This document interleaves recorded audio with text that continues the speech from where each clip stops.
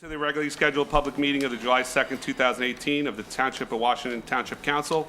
Adequate notice of the meeting was given in accordance with the Open Public Meetings Act by the Township Clerk to at least 2 newspapers in January, and this notice has been posted on the Township Bulletin Board and on the Township website. Please notify the Township Clerk for any disability requirements necessary for attendance at Mayor and Council meetings. The fire exits are located through the double doors to your right and through the door on your left. Please silence all cell phones. Would everybody please stand for a salute to the flag? I pledge allegiance to the flag of the United States of America and to the republic for which it stands, one nation, under God, indivisible, with liberty and justice for all.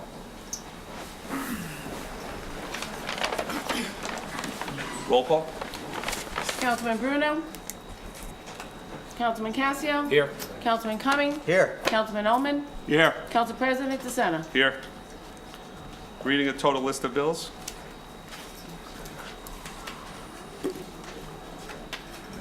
Mr. Bruno.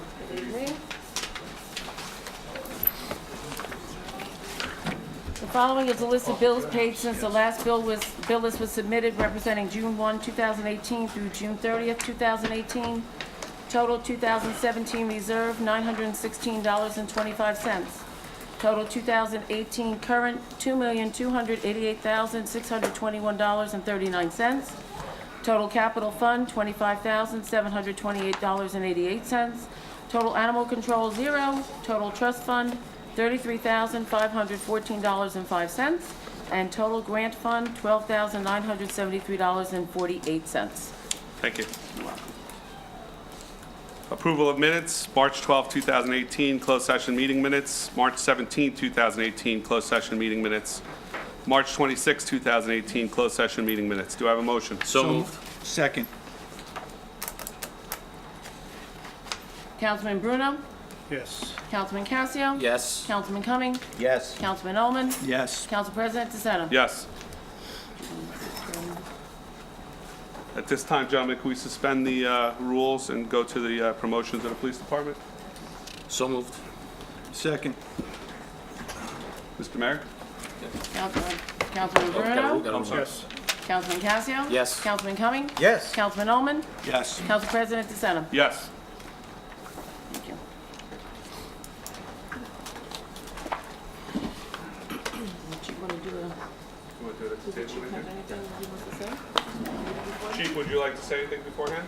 I want to thank everybody for coming out tonight. I know it's very hot. It's kind of a proud thing for me to do. First one I've done it. In my 4 years being chief. You know, being a small department, we don't have too many opportunities here. The officers involved are very qualified officers. I'm very proud of all. Director Cicchetti extends his condolences tonight. He can't make it. He was injured Friday at his house. He told me coming right now. So I'm kind of stuck here doing the vitals for him, and we'll go from there. Thank you, Chief.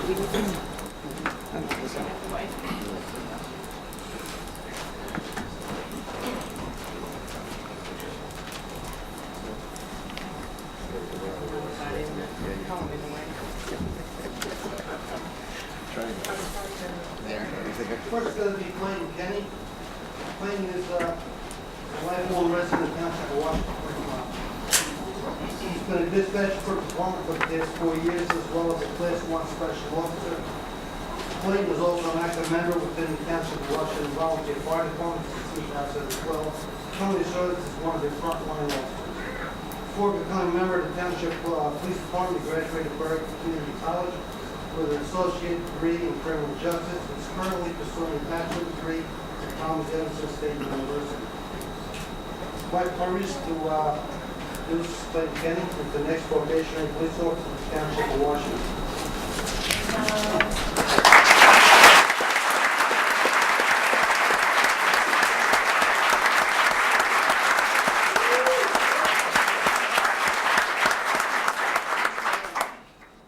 Repeat after me. I, Clayton Kenny, I, Clayton Kenny, do solemnly swear do solemnly swear or affirm I will support that I will support the Constitution of the United States the Constitution of the United States and the Constitution of the State of New Jersey, and the Constitution of the State of New Jersey, and that I will bear true faith and that I will bear true faith and allegiance and allegiance same to the same and to the governments established and to the governments established in the United States in the United States and in this state and in this state, under the authority of the people, under the authority of the people, and I do solemnly and swear I do solemnly swear that I will faithfully, that I will faithfully, impartially, impartially, and justly perform and justly perform all the duties of all the duties of probationary police officer of the police department probationary police officer of the police department in the Township of in Washington, the Township of in the Washington, County of Bergen, in the County of in Bergen, the state of New Jersey, in the state of New Jersey, according to the best of my ability, so help me God. according to the best of my abilities, so help me God. Congratulations.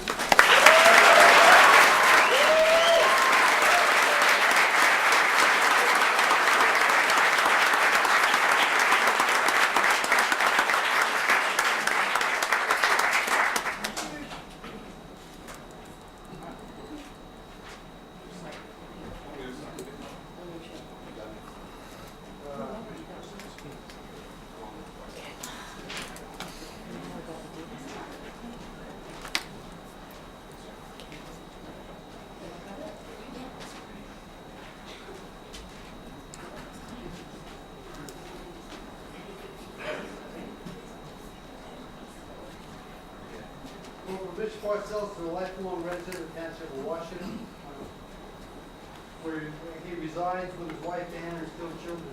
Officer Parcells has been a member of the police department for the past 18 years.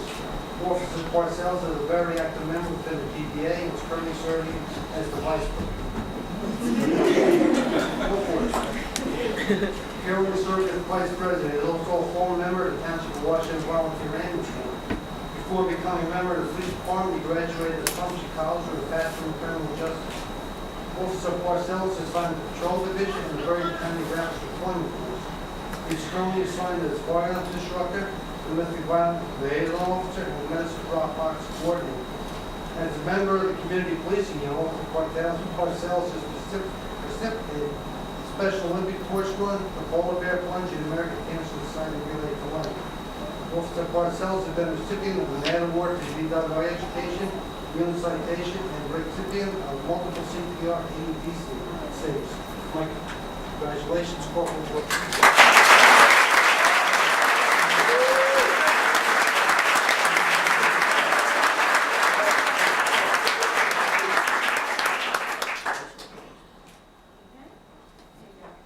Okay, I think we're good on this one. I, Richard Parcells, I, Richard Parcells, do solemnly swear or affirm do solemnly swear and affirm that I will support the Constitution that I will support the Constitution of the United States of the United States, and the Constitution of the State of New Jersey, the Constitution of the State of New Jersey, and that I will bear true faith and I will bear true faith and allegiance and allegiance to the same to the same, and to the governments established and to the governments established in the United States in the United States and in this state and in this state, under the authority of the people, under the authority of the people, and that I do solemnly swear and I solemnly swear that I will faithfully, that I will faithfully, impartially, impartially, and justly perform and justly perform all the duties of all the duties of Corporal of the Police Department Corporal of the Police Department in the Township of Washington, in the Township of in Washington, the County of Bergen, in the County of Bergen, in the State of New Jersey, in the State of New Jersey, according to the best of my ability, so help me God. for the best of my abilities, so help me God. Congratulations.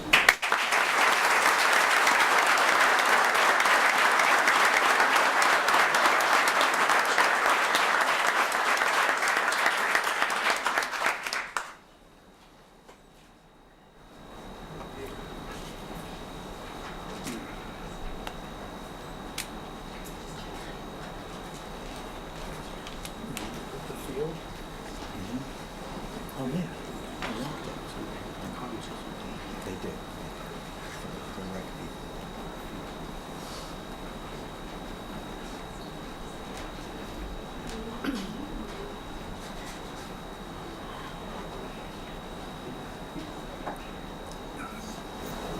Officer Vincent Montalbano is a resident of the township where he resides with his wife Jennifer and 3 children. Officer Montalbano has been a member of the department for the past 18 years. He is also on the board of trustees for the Washington Township Baseball Association, where he's a t-ball, softball coach, and baseball coach. He's also a member of the Knights of Columbus. Officer Montalbano also assisted with the American Cancer Society organizing the first relay for Lifeline for Pasco Valley. He's a graduate of Keene University, where he earned a bachelor's degree in education. Before becoming a police officer, he was a high school teacher. Officer Montalbano is currently assigned to the Patrol Division. He's also a field training officer, Alcatraz liaison officer, juvenile officer, truant officer, dare officer, and fire scene installation technician. As a member of the policing unit, Officer Montalbano initiated for the children of our community DWI education program in conjunction with the Western Regional School District. Officer Montalbano also instructed by the Pastor Galvin Jr. Police Academy, where he's done that for the past several years. Officer Montalbano is also recipient of the Mayor DWI Awards, Human Citation Awards, and multiple CPR AED saves. Congratulations, folks.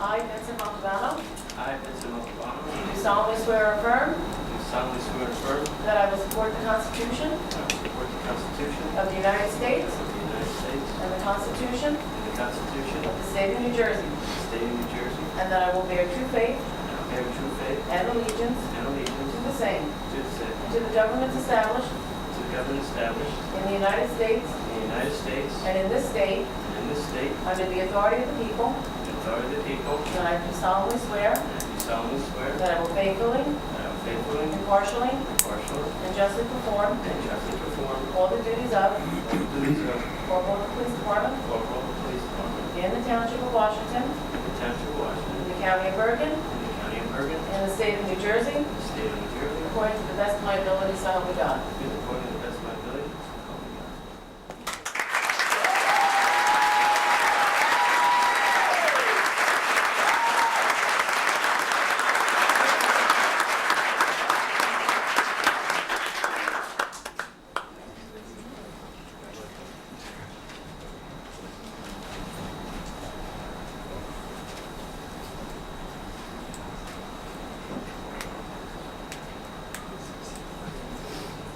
And finally, we have Captain Richard Skinner. Captain Richard Skinner is a lifelong resident of the township, where he has lived with his wife Elena and his son Luke. He has spent the last 25 years proudly serving as executive resident of the township.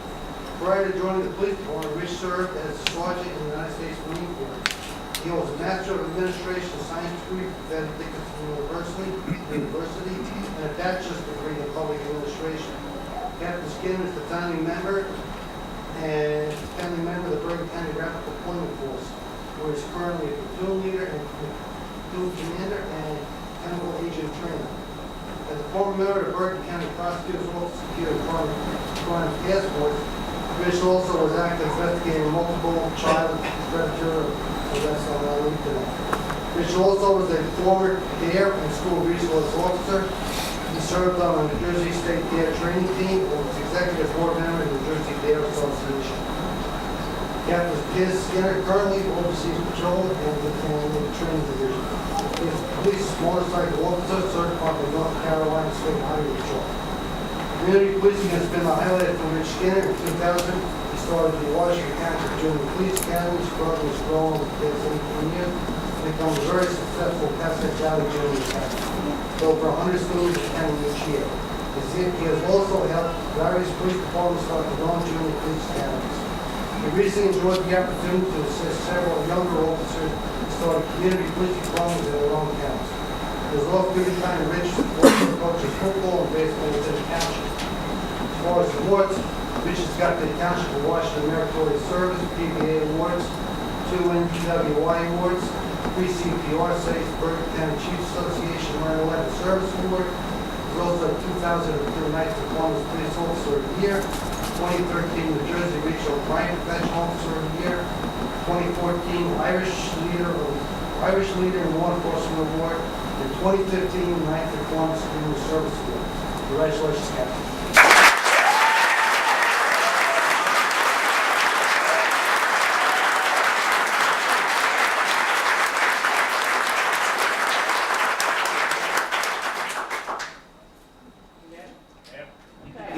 I, Richard Skinner, I, Richard Skinner, do solemnly swear or affirm do solemnly swear or affirm that I will support the Constitution that I will will support the Constitution of the United States of the United States and the Constitution of the State of New Jersey, and the Constitution of the State of New Jersey, and that I will bear true faith and I will bear true faith and allegiance to the same, and allegiance to the same, to the governments established to the governments established in the United States in the United States and in this state, and in this state, under the authority of the people, under the authority of the people, and that I do solemnly and swear I do solemnly swear that I will faithfully, that I will faithfully, impartially, impartially, and justly perform and justly perform all the duties of all the duties of Captain of the Police Department Captain of the Police Department, in the Township of Washington, Township of Washington, in the County of Bergen, County of Bergen, in the State of New Jersey, State of New Jersey, according to the best of my ability, so help me God. according to the best of my ability, so help me God. Congratulations.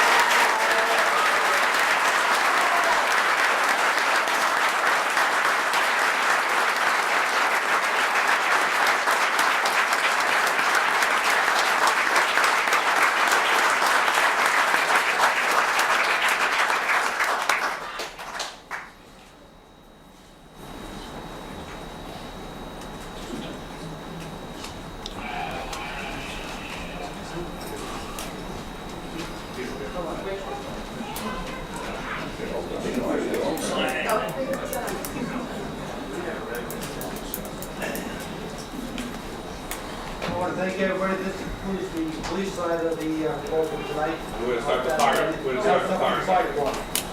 Chief?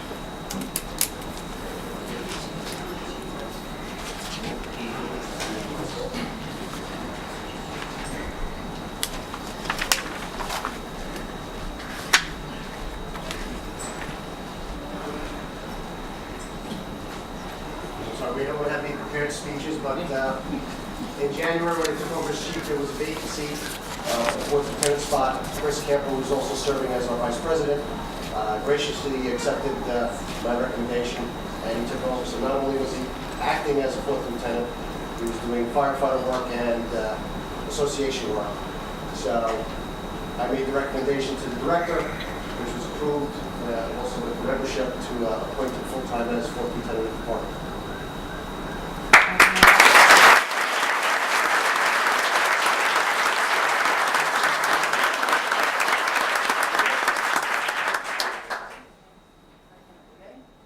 I, Christopher Campo.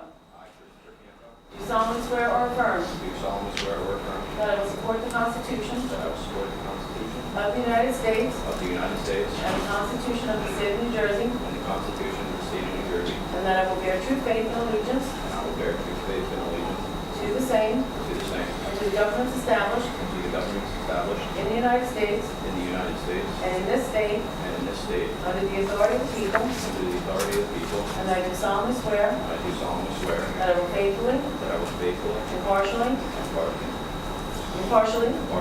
and justly perform all the duties of fourth lieutenant of the fire department fourth lieutenant of the fire department in the Township of Washington, in the Township of Washington, in the County of Bergen, in the County of Bergen, in the State of New Jersey, in the State of New Jersey, according to the best of my ability, so help me God. according to the best of my ability, so help me God.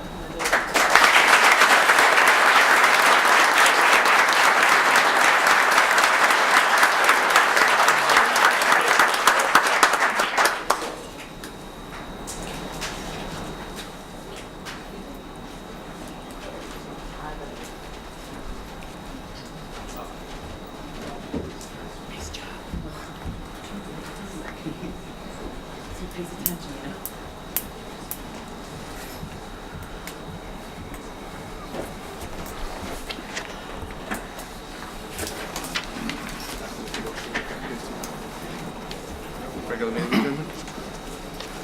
Should just start with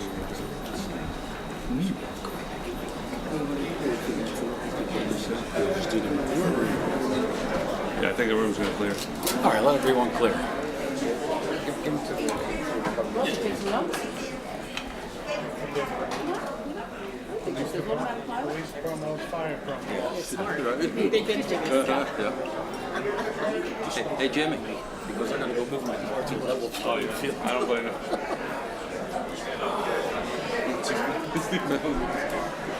Steve's going. Just go next door. Get rid of the paper.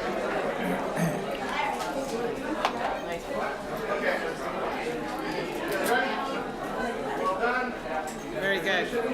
good picture. Yeah.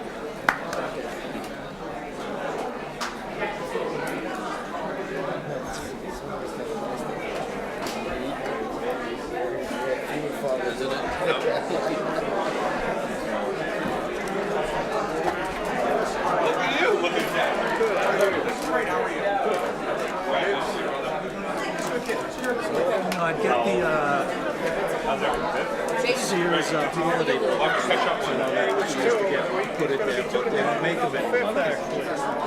That would help. A lot. There you go. I don't know if I have my new card with me. No, I'm with the, It's like a receiving line.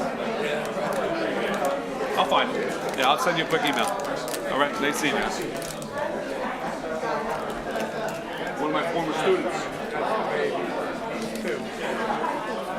I'll get something. I have some antique chairs, and they have what they call a squab on them, which is basically Engineering, estimating, and project management. it's a rather solid. In fact, one of them still got the horsehair in it. So Yeah. I Good, how are found you out when I today? went to Williamsburg, they called it a squab. Squab. S-Q-U-A-B, like the bird. I was gonna say, isn't that a bird? Yeah.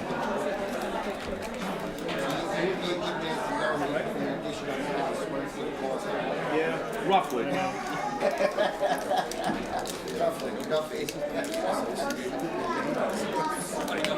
Depends on where you want to stop. And it's so funny because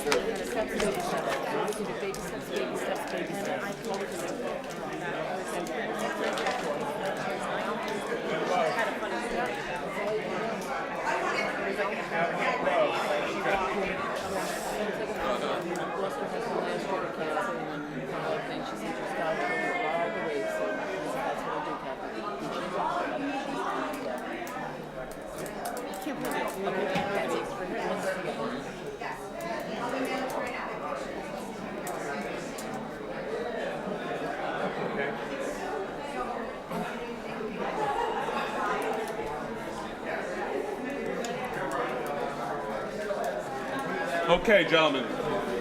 Bang the gavel, man. Yeah. All right, going back into our meeting. Mr. Mayor, your report? We still got a little commotion. Little commotion. Wait 1 more minute. We'll wait one more minute. oh, Ken, We have anything that needs to be signed?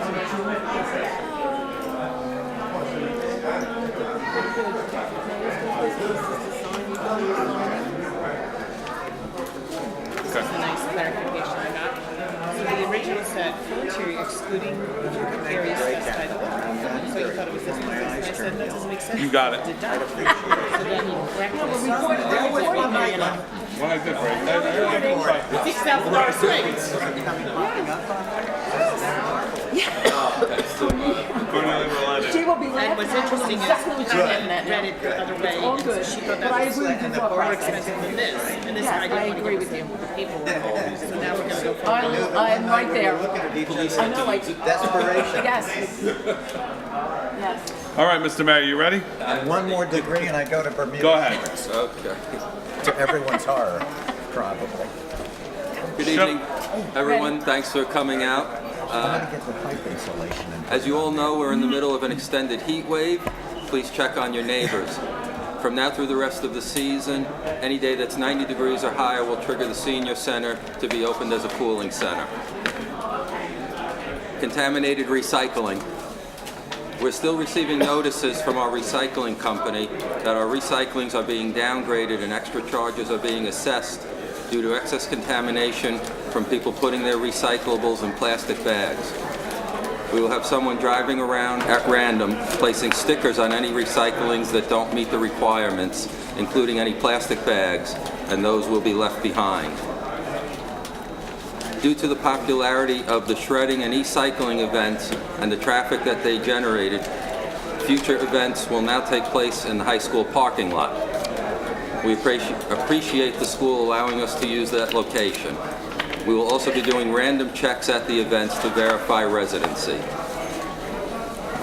Intersection. I exchanged emails with my contact at the county this morning. There is no change in the status. They have everything they need from us and are continuing their work on it. They are not yet able to commit to a time frame. Ambulance. The President and Captain of the Ambulance Corps have notified me that they are going to take the town up on its offer of moving to the existing firehouse property, assuming that everything goes forward with a plan to either renovate or replace the existing firehouse building. We are working with the architect that did the needs study for a date for them to make a proposal to the public and the council at an upcoming council meeting. 2018 road programs. We are now in the bidding process for this year's work. Code enforcement. Our new code enforcement official started today. He will be driving around town proactively looking for violations. In most cases for the month of July, he will just be issuing warnings. 2018 Junior Police Academy. It was a pleasure to attend the opening and graduation ceremony of the Academy. In addition to many other things they did and learned during the week, we wish to thank the American Heart Association for their donation of individual CPR training kits and to Bob Stickle of Lifesavers for the CPR training that was provided. High school graduation. I was happy to be on the field and in the receiving line to congratulate the 2018 high school graduating class. I know they are well prepared for and will do well in their future endeavors. Speaking of a high school graduation, on behalf of the town, I'd like to thank Beckton Regional High School, formerly East Rutherford High School, on honoring our local hero Vito Traus with his high school diploma 75 years after he should have received it. They had the following to say about Vito. Vito, a World War II POW and Army veteran, made the decision to leave high school on November 30th, 1943, to fight for our country instead of enjoying his high school teenage years. The school was able to locate Vito's actual report card that had his withdrawal date, and the reason for the withdrawal just stated Army. Instead of enjoying his junior and senior years at high school, he was captured by the Germans and spent a year as a German Nazi prisoner of war. The German soldiers made him work under harsh and horrific conditions until he was liberated by the Allied forces. As he is often referred to as the unofficial mayor of Washington Township, I am honored to share that title of mayor with him. Thank you. Thank you, Mr. Mayor. Report of the council, Mr. Ullman. Thank you, Michael. I really don't have much to add. I did want to thank the Washington Township Volunteer Ambulance Corps. They had their wet down last Sunday. They invited the council. I was fortunate enough to attend and take a tour of their new ambulance. Hopefully I never have to be inside of it, but it is quite a piece of technology, and I wanted to thank them for inviting me and for all the work they do in support of our residents. And that's it. Thank you, Mr. Ullman. Mr. Cumming? Good evening. Good evening, people. It is with pleasure that I address you again this month, for there's a lot to transmit to you. Last month, I remarked that the meeting took place on D-Day. This month, we're about to celebrate our Independence Day, and this would happen to be the second day of the Battle of Gettysburg, which took place in temperatures such as we've experienced for 3 days at the beginning of July. This was one of the most significant battles of the Civil War and a turning point in that war.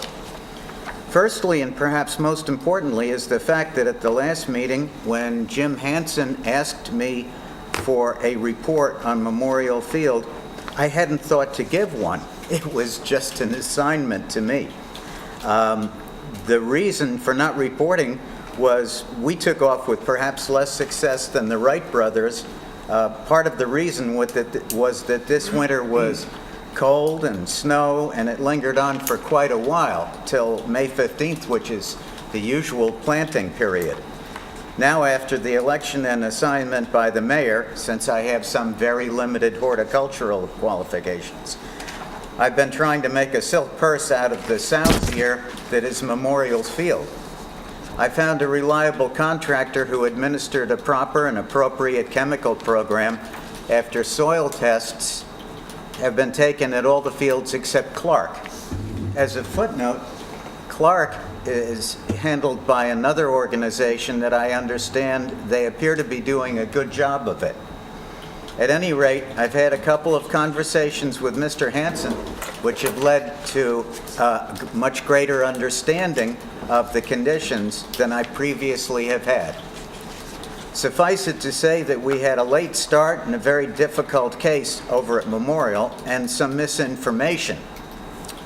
I owe the athletic people, specifically the lacrosse people, an apology, and this is that apology. One of the very good things that have come out of this, as I've said, is a lot more information for the mayor and I in order that we can proceed through the rest of the season and the events. Several of us have walked the field together and have had a very enlightening discussion. We are now moving forward with a plan of action. I hope that the field will be in the best shape that it can be, given the demands that we make on it, that are made on us, and the vagaries of weather. We move forward with great help from our athletic folks who are so dedicated to their various causes, as we are too, in making life better in every way that we can in the township. I really am impressed by the sincerity, the dedication, and the passion that my athletic friends show toward their endeavors in their areas, and I look forward to working with them and their full cooperation in the future. I have completed submission of the energy audits with the assistance of Laura Rifkin, Director of the Library, and Rich Myris from the Ambulance Corps. I was able to submit the last 2 public service grant applications for lighting, mechanical upgrades in our borough buildings. We are at the point where we will be scheduling a meeting this very next week, we hope, to discuss the upgrades that they will recommend and approve. We look forward to bringing this back to you in the near future with more information after a discussion with their consultants and engineers. Again, this is a free energy survey and lighting and heating and cooling upgrade from Public Service Electric and Gas. I have been active and will be going to meetings with Tom Sears and Dan Scuderi to further the purposes of the Green Team for forestry and our parks. These pursuits are close to my heart, and I'm glad to bring these kinds of things to the town for all the children, all the seniors, and the citizens. Last week, I was absolutely thrilled to be present at the graduation exercises for the 18th Junior Police Academy, the last one that Rich Skinner will be handling, by the way. Sitting next to my friends Lou Lamatina, the mayor of Emerson, and Peter Calamari, the mayor of Washington Township, while Lieutenant Skinner officiated. The 106 young people graduated after a spectacular week, which anyone would have been excited to participate. I met one of the Emerson police while out shopping on Sunday, as an unnecessary footnote, and he stated that he had a great week working with our people and that they expect to have at least twice as many children as candidates next year, including his own daughter.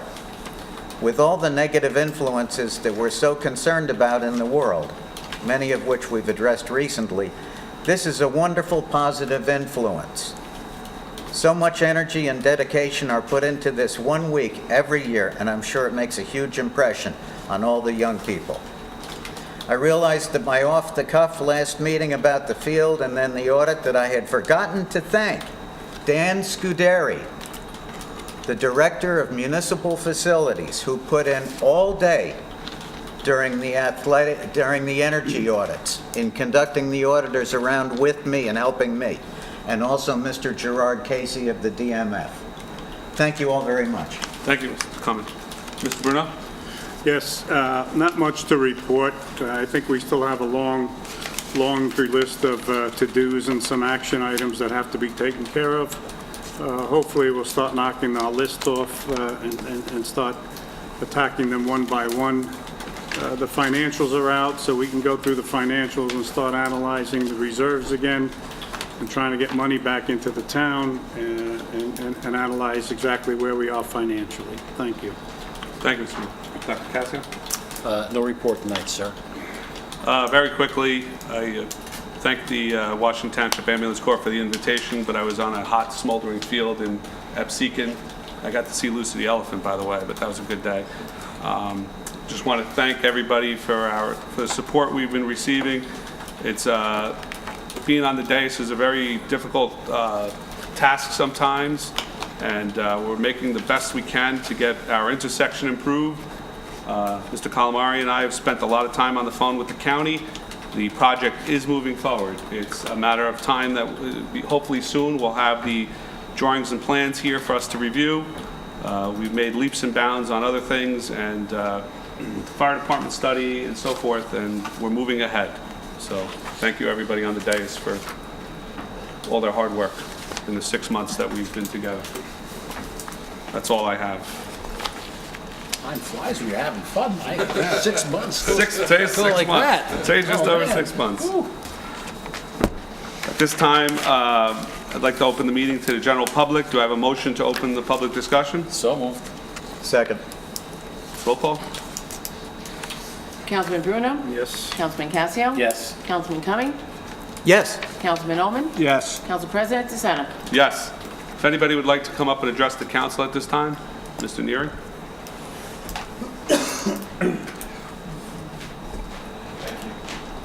Welcome. Peter Neary, 276 West Place.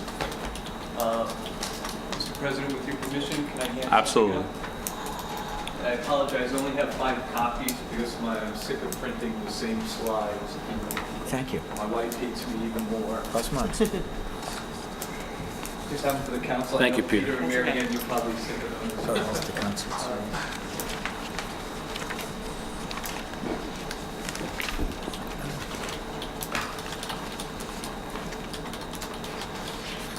So with the council's permission, I want to give a brief update on the Township Concert Series. It's upon us. The 13th of July will be the first one. Last year, as you know, we did what we called a beta test, where we held our first concert, and from all involved, it was deemed a success. I want to acknowledge and thank former Mayor Sopkowitz, members of this council, Chief Hooper of the Police Department, and Chief Ehrenfels of the Fire Department for believing it could be done safely and orderly. It's that team that set the stage for this year. When I first met with Mayor Calamari to discuss the concert series, we quickly decided we needed to extract the lessons learned from last year's event. Items ranged from band sound checks, exiting residents safely, and a bit more light at the back of the field. All of those things will be made operational this year.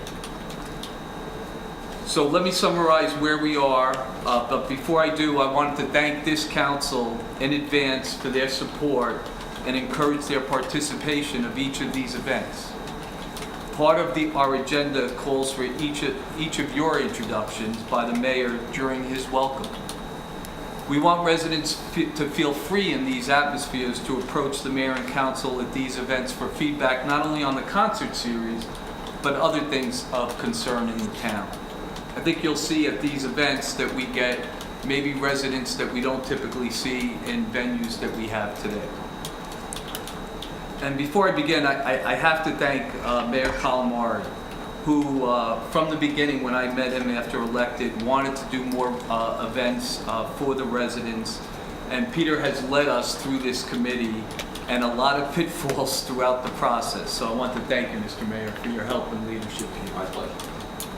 All right, some notes, just and I'd like to make this more of a discussion.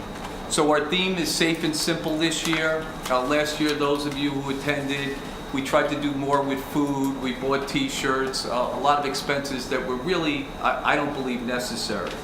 So we're going to keep the theme to safe and simple. We're going to make sure that it's a great environment for our residents and that we keep the place orderly. And obviously the exit on Pascack Road, which is pretty dark at night, we want to make sure, so we have plans to address that. We're also going to look to do things to enhance our food deliveries to the field. Last year, a lot of people were ordering food from, say the pizza place, and the resident and the pizza place could not hook up. There was no place designated, so we're going to make that a little bit simpler this year as well. So all concerts will be at Memorial Field. We did look at other venues, but the cross-functional team, which I'll mention shortly, believed that Memorial Field allowed for the best venue at this point in time. And more importantly, it honored our theme of safe and simple.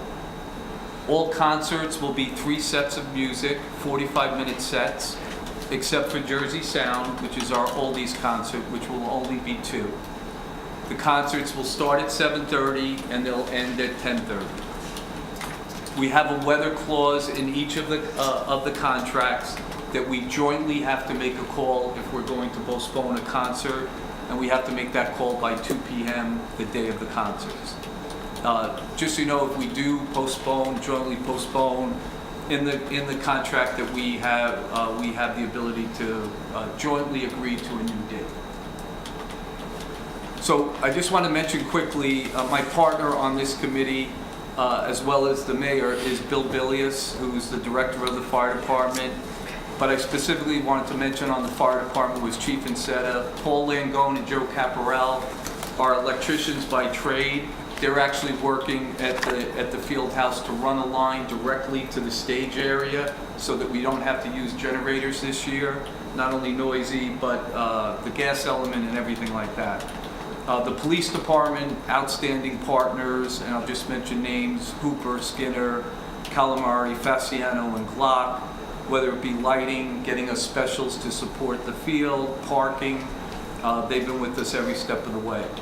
The DPW, Bill Lawler and Patty Murphy, have a lot of things assigned to them, including spraying for bugs, as you can imagine with this type of heat. Bathrooms, garbage cans, things of that nature. Administration, Mayor Calamari, Mary Ann has been a great asset and a great team player helping us. Dina Burke and members of her team, including Nick Casbar and Tom Sears. Then, of course, I just have to mention the volunteers of the fire department who'll be responsible for the setup, support of police where needed, and cleanup after every event. So you can imagine 12 o'clock after a long day, we'll be making sure that Memorial Field is kept pristine. Otherwise, Eamon Toomey said he would do nasty things to me. But I'm very proud of all these guys who are giving up their Friday nights for our town, and a big thank you to those men. Just so you guys know, I'm very proud of the cooperation between police, fire, DPW, and ambulance. It's a great group working together to make sure that we're going to do great events for our town's families. In closing, I just want to make sure that residents know to come out with their chair, their blankets, visit the shopping center, grab your food or beverage of choice, and come sit, come dance, come sing with your friends and neighbors. We know it's going to be a great night. So I'd be happy to answer any questions, and again, thanks for this team's support as well. Mr. Ullman? Yeah, Peter, this all sounds great. Thank you and your team for running with this and bringing this type of event to the residents. Thank you. In terms of cost, I mean, these things cost money. There's a lot of volunteers supporting it, which we appreciate, but in terms of costs, are you getting the support from the town that you expected? Are you fundraising as expected? And, do we foresee any gaps that the council may need to address? Yeah, I think, actually, I had a quick call with the mayor on this earlier, and I think I thought that question would come up, and I'll let the mayor answer it in a second. But one of the things that I really do want to owe back to you guys is a full report, right? So as far as money raised, money spent, so that you can see and look at it for next year and the year thereafter, right, Michael? So, Peter, I don't know if you want to respond to anything else? Yeah, I'll be happy to. We already have 2 sponsors on board that are being very generous, and we're talking with 2 others. We expect to have support from them by the end of this week. That will cover a great share of the cost of the events. Okay. I mean, they're great events. The night last year, I attended. We had a huge turnout. Hopefully it continues.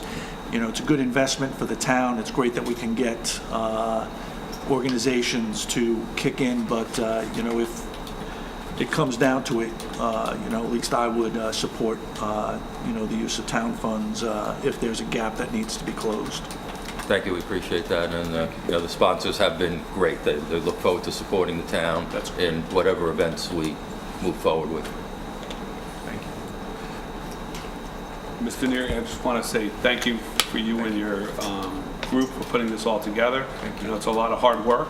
You happen to pick my wife's birthday as the first concert, so we'll be there. Sing happy birthday. No, do not. She's probably going to be mad that I said that, but Is that your birthday present to her? no, it's not. Big spender over here. But thank you for all the, Thank you. I know it's a lot of work to put this all together, and I appreciate all the crew that's doing this. Yeah. Can I just it really is a lot of fun. I've heard people describe it's, 1,500 people and 800. I really hope that the 5 of you can come, and I'd love to be part of introduction and come and meet different people and hear what they have to say. Like I said, I think the people that attend these aren't the typical town day residents, and it'd be nice for them to put a face to the names and for you to meet a different group of people. Hopefully you'll see how happy they are that we do these things, and the tradition will continue. So, Thank you. anyway, thank you all. Thanks very much. Thank you, Mr. Neary. Thank you.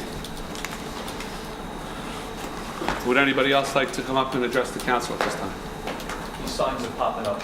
Just, sorry, I meant to show. Do we have one up in Town Hall? I don't think so. I'll take it. Oh, by all means. Might as well leave a couple. Thank you, yeah. Put them on each floor. Well, as long as we have one by the front door, right? I think, can we keep this one, Mr. Neary? Absolutely. I'll get you a couple more soon if you'd like. Perfect, thank you. Thank you.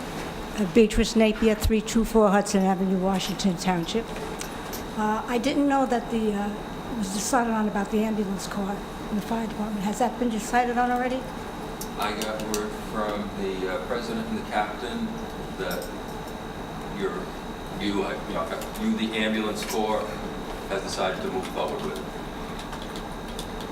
I didn't realize that. I'm sorry? I didn't realize that. I didn't know that was agreed upon. I will find out more about it. But Yeah, also, yeah, please take it up with them. okay, I live on Hudson Avenue. I want to know what's going to be up. If the ambulance corps does leave there, what will be up at the end of my block? What are they planning on putting there? Nothing at the moment is planned to reuse that building. Then why did they want it? You'll have to discuss with them. The town made the offer of the location, and that was all, and everything else I consider internal to the ambulance corps about you all making a decision to move. Are they going to make plans like that? You said they're making plans for the fire department and then with and without the ambulance corps. So they make plans for the area too, what's going to be there, or nobody knows? On where the current ambulance is? Yeah. Should the move happen, it's to be determined. We didn't, let me say, me as a member of the town body, I didn't want to prejudge anything that might go there until we knew if the move was going to happen. We still don't know for sure. We have to listen to the presentation and cost estimates to make this happen. So I'm not willing to look that far down the line to know what, if anything, may go where the existing building is. Do you have to go to all the neighborhood people on Jackson Avenue and Hudson Avenue about what's going on? I don't think we do, because as a town, correct me if I'm wrong, Ken, that we don't have to adhere to zoning like that. The town has, I'll say, a solemn right, I don't know if that's the right term to use, to pretty much do what it deems necessary on its own property. Okay, thank you. B, let me ask you a question. Were you ever polled, or members of the Corps polled what they wanted to do? We've had quite a few meetings about it. You have? Yes, we have, and we're still ready to, we have to talk about it again. Okay. Discussion. Okay. Thank you. Thank you. Thank you, Big. Would anybody else like to come up and address the council at this time? Seeing no one else, do I have a motion to close the public discussion? So moved. Second. Roll call? Councilman Bruno? Yes. Councilman Casio? Yes. Councilman Cumming? Yes. Councilman Oman? Yes. Council President DeSena? Yes. Ordinances, adoption on second reading, ordinance number 18-08, an ordinance amending recreation program activity and fees. Resolution number 18249, authorizing second reading and opening for public hearing for ordinance 18-08. Do I have a motion? So moved. Second. Councilman Bruno? Yes. Councilman Casio? Yes. Councilman Cumming? Yes. Councilman Ullman? Yes. Council President DeSena? Yes. Motion to close public hearing for ordinance 8. You open it up, you open it up. Ask Oh, I'm for sorry. everybody. Would anybody like to discuss ordinance 18-08 at this time? Yes, Mrs. Osmond.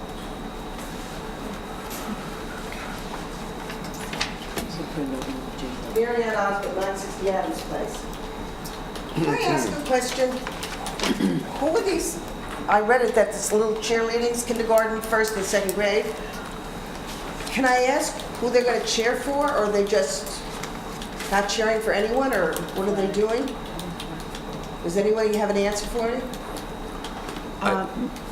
Sorry, Go ahead. I believe it may be flag football because I was told that the age group is the same. May I ask whose suggestion was to have cheerleaders that young? The recreation director suggested the program. Oh, the director that the council hasn't approved. Is that correct? Yes, that is. Okay. And we're now going to put uniforms on these children? No, it is a T-shirt program. Oh, it's a T-shirt program, so they'll have no skirts or They will anything? not have shells and they will not have skirts. It's just that it will down the line. At this point in time, the program is for a T-shirt and a headband, I believe. correct. And in 2 years from now, you'll have uniforms that'll cost us more money. Thank you. Thank you, Mrs. Osmond. It will cost the participants more money. No, Township. Would anybody else Respectfully like? disagree. Would anybody else like to come up and discuss Well. public hearing, ordinance 18-08? Seeing no one else, a motion to close public hearing? Oh, I just want, so, public comment from the yeah, I'm sorry. dais. So I'm sorry, Mr. the activities and fees, were they the fees for everything again? What's that? Were these the fees for all? No, this is just to add Cheerleading? Cheerleading, yes. This, well, youth, very youth cheerleading, young age cheerleading. And all- Youths, no, not youths. Youth. I said youth. I did not say youths. I've been accused a few times of saying youths. I did not say youths. Have we received any kind of budget and reconciliations yet? Mrs. I had Wachowski has asked for it, and we Yes, have I not asked the received. director that if there was some fees that, I asked him to look at the fees. If there's anything that needs to be changed, I need a 6-week lead time in order to get them. I have not heard back from him. I can remind him. I did ask, I need to look at all the fees, and if anything needs to be adjusted to, put a memo through. Okay. Anything else, gentlemen? Hearing nothing else, motion to close public hearing for ordinance 18-08. So moved. Second.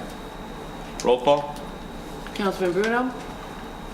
This is to, Just vote add on it? cheerleading. Huh? Just add cheerleading. Yeah, abstain.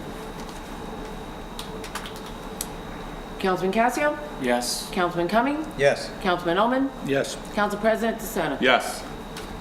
Motion to adopt ordinance number 18-08 at second reading by title. Do I have a motion? So moved. Second. Councilman Bruno? Abstain. Councilman Casio? Yes. Councilman Cumming? Yes. Councilman Ullman? Yes. Council President DeSena? Yes. Resolution number 18-250, emergency resolution, recreation fees cheerleading. Do I have a motion? So moved. So moved. Oh, sorry. Second? Either or. Yeah. Before we vote, Yes, Mr. Ullman. so can you explain why this is an emergency and from a, I guess, a legal perspective, an emergency to me is life and death type of situation, an emergent condition, a repair that needs to be done on a facility, changing a fee. I guess I don't want to get in the habit of having these emergent conditions when there was a delay in some paperwork and now it's created a situation. Let me just say, I think the term emergency is a bit of a misnomer for this kind of a thing, because it's not necessarily an emergency where the tree is falling down. It's just a vehicle to have the usual period, the 20-day period, moved up and have it effective immediately. And it can be done for any reason that you really feel you want to, and it does impose a bigger requirement because you have to have a 2/3 vote. It can't just be a majority anymore. That's why it becomes more than just a regular vote, and you have to take the special vote on that. I mean, a variety of reasons why you could do it is, for example, you're having a program, and the effective date, even though you pass it now, would take it past when the program starts, and you got to collect the money, things of that nature. So historically, it's been used in order to hurry up the effective date of it. That's really what it's all about. It's not an emergency of, like you were saying, the kind of, the floods are coming and you have to do an emergency. Okay. And is there, Sue, is there additional costs? Is there additional advertising costs, anything related to this? No. Okay. I just have to do my regular ordinance. Okay. Thank you. Anything else, John? Roll call? Councilman Bruno? Abstain. Councilman Casio? Yes. Councilman Cumming? Yes. Councilman Oman? Yes. Council President DeSena? Yes. Ordinance number 18-09. I'm sorry, Mike, just before we move on, so Bob raised the question about the fees. So, A request has gone out to the Recreation Director and the new Recreation Secretary Superintendent okay. for that answer. And to this date, I believe Sue requested it almost 6 weeks ago. We still have not received anything to date from him, and she'll make another request tomorrow. And can you copy the council on that? Or if I may make that request, or forward it to the council after? Well, once we were waiting for the information to come back before she forwarded it, so that's. No, I'm saying for the request. Okay. And so if Mr. you would Pollard? copy me on it also. Mr. Pollard? I'm sorry. Excuse me. Is there an issue? I've been requested to send out another request to Mr. Toomey about fees and to see if there's any fees that need to be adjusted, to send to the entire council when I make that request out there. Is that okay? And to the mayor, is that all right that I copy all of them? Just for me requesting this information back from Mr. Toomey? Just copying everybody on that? No, it shouldn't be. Just checking. Yeah, oh, I'm sorry, yeah, no. Just checking. Thank you. And No problem. I do think, though, that, and if it could be tweaked, I don't think it's only a matter of understanding are the fees adequate. I think it's a matter of understanding are these self-funding. I think it's more an analysis of cost versus revenue and understanding that dynamic. Okay, I shall include that. Thank you. You're welcome. Anything else, gentlemen, before we move on? And to Mike's point, we talked about doing a trust fund for each individual activity, so we know where the fees are going for each sport or whatnot. So again, that's something I think we really have to look at in the future. We were trying to take baby steps and get the original information first. Okay. And then move on to the trust fund issue if it's legal, because we were waiting for the, hopefully, new CFO when they're hired to give us some guidance on that. And Well, that's one step at a time. All right. Well, Yes, Mr. Mrs. Son, I just want to mention that the new superintendent had, in her experience in another town, has handled it as Dr. Casio has requested, so I believe it is permissible. okay. Great. Thanks, And Mary. I think she just needs to get herself all situated. It's very hectic to come right in and have to deal with getting summer recreation all together between hiring and getting all the activities. Oh, sure, I bet. Just one of the things, Steve, you said by program. I don't know that it would be by program, though. I think they're talking one trust for the whole of rec, because I did talk to the auditor about it also. And he said you could do one trust for rec as far as each individual program. You could certainly keep track of the income and expenses, but there would not be a separate account per se as to each program. Well, I know in other municipalities they do it. Football, we allot X, we figure out what it is per child, and then you figure it out that way. You do the same thing for lacrosse, wrestling, whatever you have. Again, We'll see I how it don't plays know. out. Yeah. I haven't talked to Lou, but if Lou Right. says you can't do it, then I guess you can't do it. So. Anything else, gentlemen? Ordinance number 18-09, an ordinance authorizing the township to provide legal counsel and indemnification for officials, employees, and appointees of the township in certain actions brought against said officials, employees, and appointees. Resolution number 18-251, authorizing second reading and opening a public hearing for ordinance 18-09. Do I have a motion? So moved. Second. Would anybody else would like to discuss ordinance 18-09? Roll call. I'm sorry, roll call. Councilman Bruno? Yes. Councilman Casio? Yes. Councilman Cumming? Yes. Councilman Ullman? Yes. Council President DeSena? Yes. Would anybody like to discuss ordinance 18-09 at this time? Seeing no one, do I have a motion to close public hearing for ordinance 18-09? So moved. Second.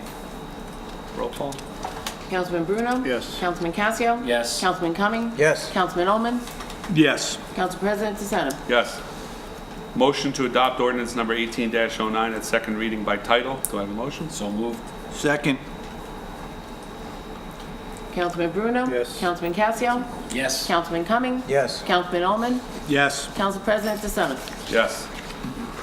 Ordinance number 18-10, an ordinance amending Chapter 245 zoning of the Code of the Township of Washington, adding prohibited uses to Section 245-57. Resolution number 18-252, authorizing second reading and opening a public hearing for ordinance 18-10. Do I have a motion? So moved. Second. Councilman Bruno? Yes. Councilman Casio? Yes. Councilman Cumming? Yes. Councilman Ullman? Yes. Council President DeSena? Yes. Would anybody like to discuss ordinance 18-10? Is this vape action? The public or us? Public, right? Public first, and then we'll go to us. Marion, out of the 960 Adams Place. And thank you for the amendment to the ordinance. Is this going to have an emergency also? So that it doesn't have to wait the 20 days for the stop period? Or are we just not going to do it with this one? And we're going to do it with the money for cheerleading, but not for this? I'm sorry. You can add it. This is an important issue. A lot more important than putting in the cheerleading because they collected the money already. We thank you for the suggestion, Mrs. Osmond. We will take care of that. Thank you. Let's add that on there. We'll add, all right. So do we add that on and Well, make a motion? Yeah, well, let me finish this, and I'm going to do it just like we did the last one. Gentlemen, any discussion on it? Well, should we close the public hearing? Yeah, close it. Motion to close the public hearing So for moved. 18-10? So moved. Second. Yes. Councilman Bruno? Yes. Councilman Casio? Yes. Councilman Cumming? Yes. Councilman Ullman? Yes. Council President DeSena? Yes. Motion to No, adopt. Want to suspend the rules? No, I have to do the motion to adopt first, and then do the motion for emergency after. I'm following the same rules as the last one. I don't want you to do the motion to adopt yet. There's some legal okay. stuff that I'd like to talk about Oh, first. sure, Yeah, if that's okay. Mr. Pollard, sorry. Okay. By the way, Sue, did you keep, do you have a copy of the ordinance itself? It's in your packet. No. Oh, you don't have your packet? Yes, I do. No, it's not in the packet? Yes, I do. Yes, I have. Is it? Okay, I just wanted to have. One of the requirements of a zoning ordinance is that it has to go to the planning board, and the planning board takes a look at it and makes a recommendation. And then you're supposed to consider the planning board's recommendations. You don't have to follow them. If you choose not to follow them, you have to have a majority to vote that you're doing what you want to do, but you also have to set forth your reasons why you're not following them. That's the way the municipal land use law is set up. So the two things that were raised by, and we got the report from the planning board, so I just want to go over that a little bit if I could get a copy of the ordinance. Yeah. So, You have your letter, right? the letter I have. So, the first thing had to do with the issue of the banning of sex and adult entertainment shops. And if you remember, this ordinance started out with a few things, then all of a sudden stuff got thrown in. Piercing got thrown in, got taken out. Hatchet throwing got thrown in, so to speak. Is in there. So the sex and adult entertainment was also kind of thrown in, okay? Now, there's a body of law regarding those kind of those institutions that you cannot or you should not have an absolute town-wide ban on adult entertainment because it might be violation of First Amendment rights. okay? And actually, I did discuss this with the planning board attorney as well. Thank you. And there's some case law on that. But here, we are not banning it for the entire town. We are specifically saying it shouldn't be in one of the districts, which is the retail district. So in that respect, it is a different approach than an absolute ban.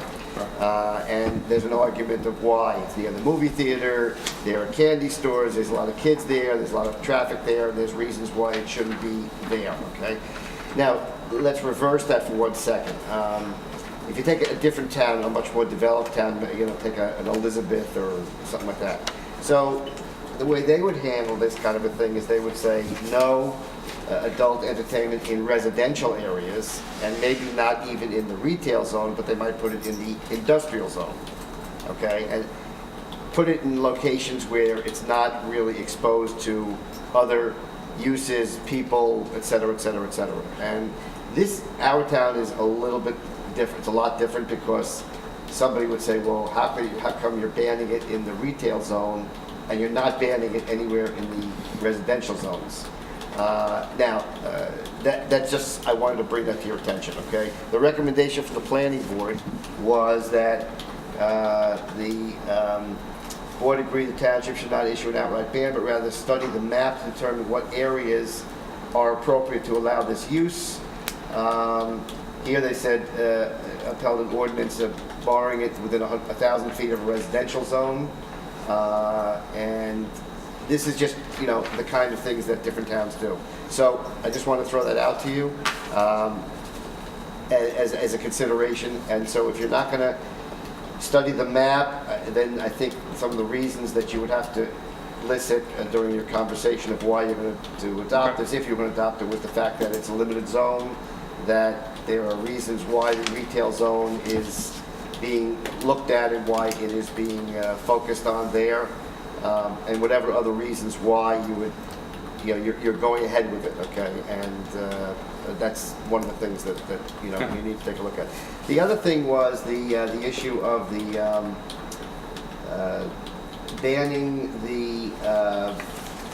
It looks like the way it was written, banning the sale of any vaping material. Let's deal with that first. And then drug paraphernalia, but I think drug paraphernalia, that would be like things like rolling paper and things like that, to quote paraphernalia. So they want to have, they're recommending a total ban on that from any store in that zone, so that they couldn't sell rolling paper even if it has nothing to do with vaping.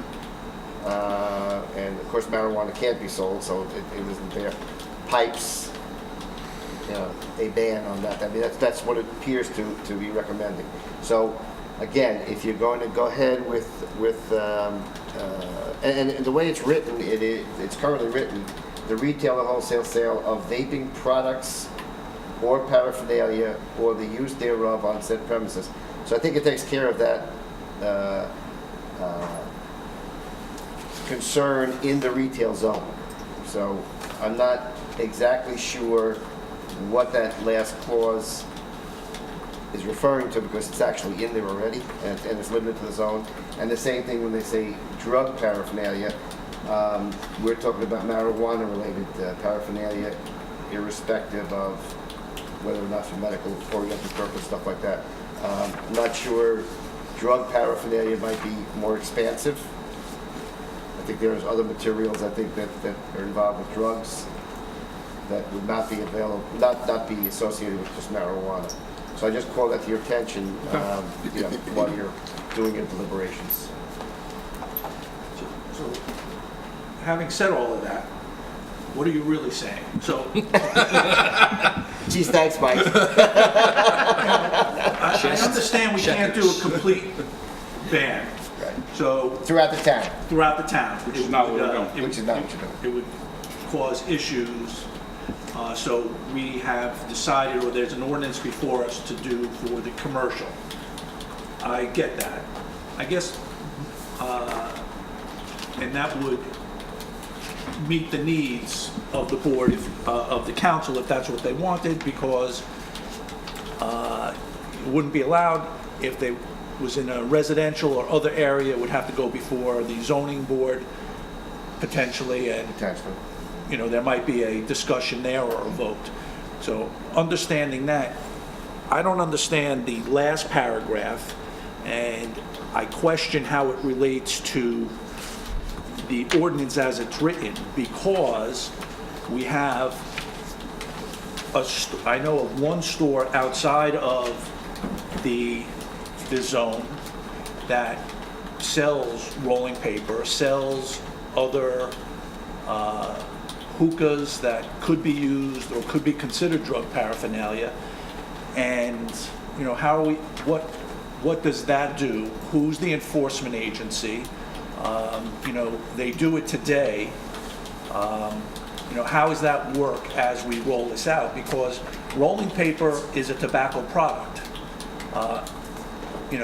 If people choose to roll marijuana with it, that's their choice. Cigarettes or cigarillos, people can smoke them, or they could cut them open, empty them, and make a blunt. So what are we going to do?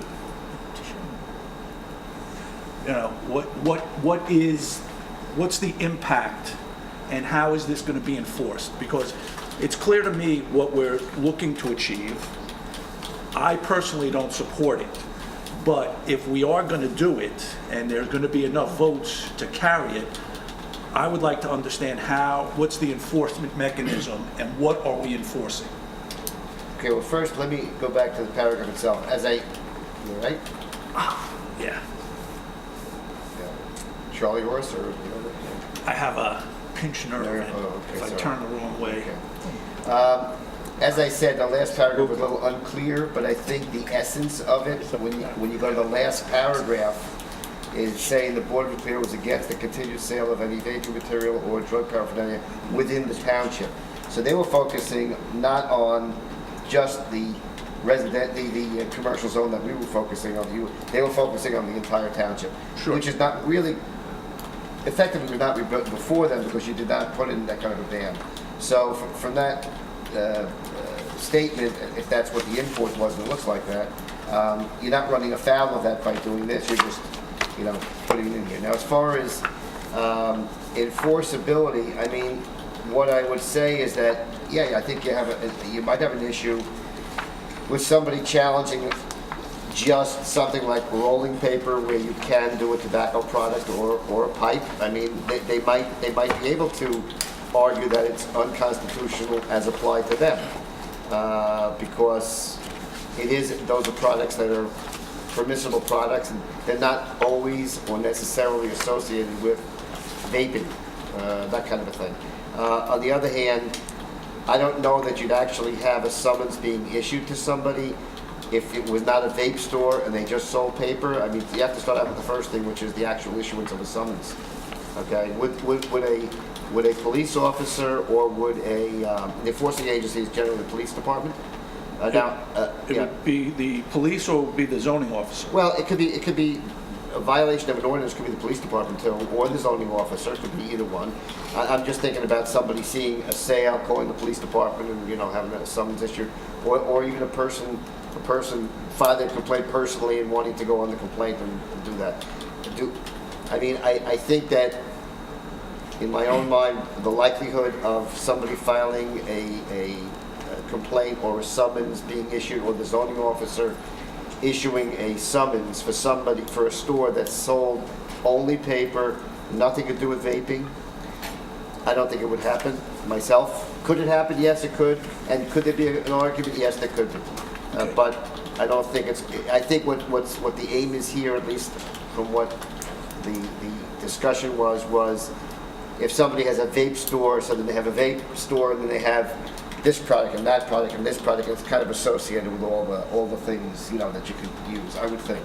So with this ordinance, in a real life specific example, the gas station, which is outside of the zone that we're referring to, Wait, is the retail zone the shopping center and I the believe it's the gas station also. gas station and the three? But the other one that's at the intersection of... The Oh, outside- oh, the other the one. new Okay, yeah. 5-star, I'm whatever sorry, it I is. apologize. So I went there, got my Coke before I came, looked behind. You could get rolling papers in a few flavors. You could get a number of vape products. You could get a number of cartridges. You could get a hookah, as well as many other things, you know. So are they impacted by this No. in the way it's written? No, because this deals with just the retail zone. Okay. I would like to take a moment and I think give a little further explanation on that last paragraph, since Councilman Cumming and I are on the planning board and we're there for the discussion. The intent was when, let's say, the convenience store got approved as part of the zoning for the 5-star. Are we talking now, are these items considered items that would be sold in a convenience store, or have they gone outside the realm of what would be sold in a convenience store? That was the concern of the board, to say, well, we're looking at this, can we look back and say, hey, what is the definition of what was either intended to be sold at a convenience store, or if there's any legal definition as to what can be sold at a convenience store, have they already gone outside of those parameters? So that was the intent of that last paragraph from the I board. mean, in my opinion, if you go to a 7-Eleven, if you go to a Quick Check, if you go to any of these convenience stores or something along the lines of the stationery store that's, you know, a mom and pop, I think if they are selling cigarettes, they are selling, likely have one vape product, one cartridge product, or they have, you know, a wall for your choice. So I think, in my opinion, and I don't know what that, if that holds any weight, but in my opinion, you know, it is part of what a convenience store would be viewed as. In Yeah, my I'm not experience. disagreeing, just the board wanted to bring it up as a question.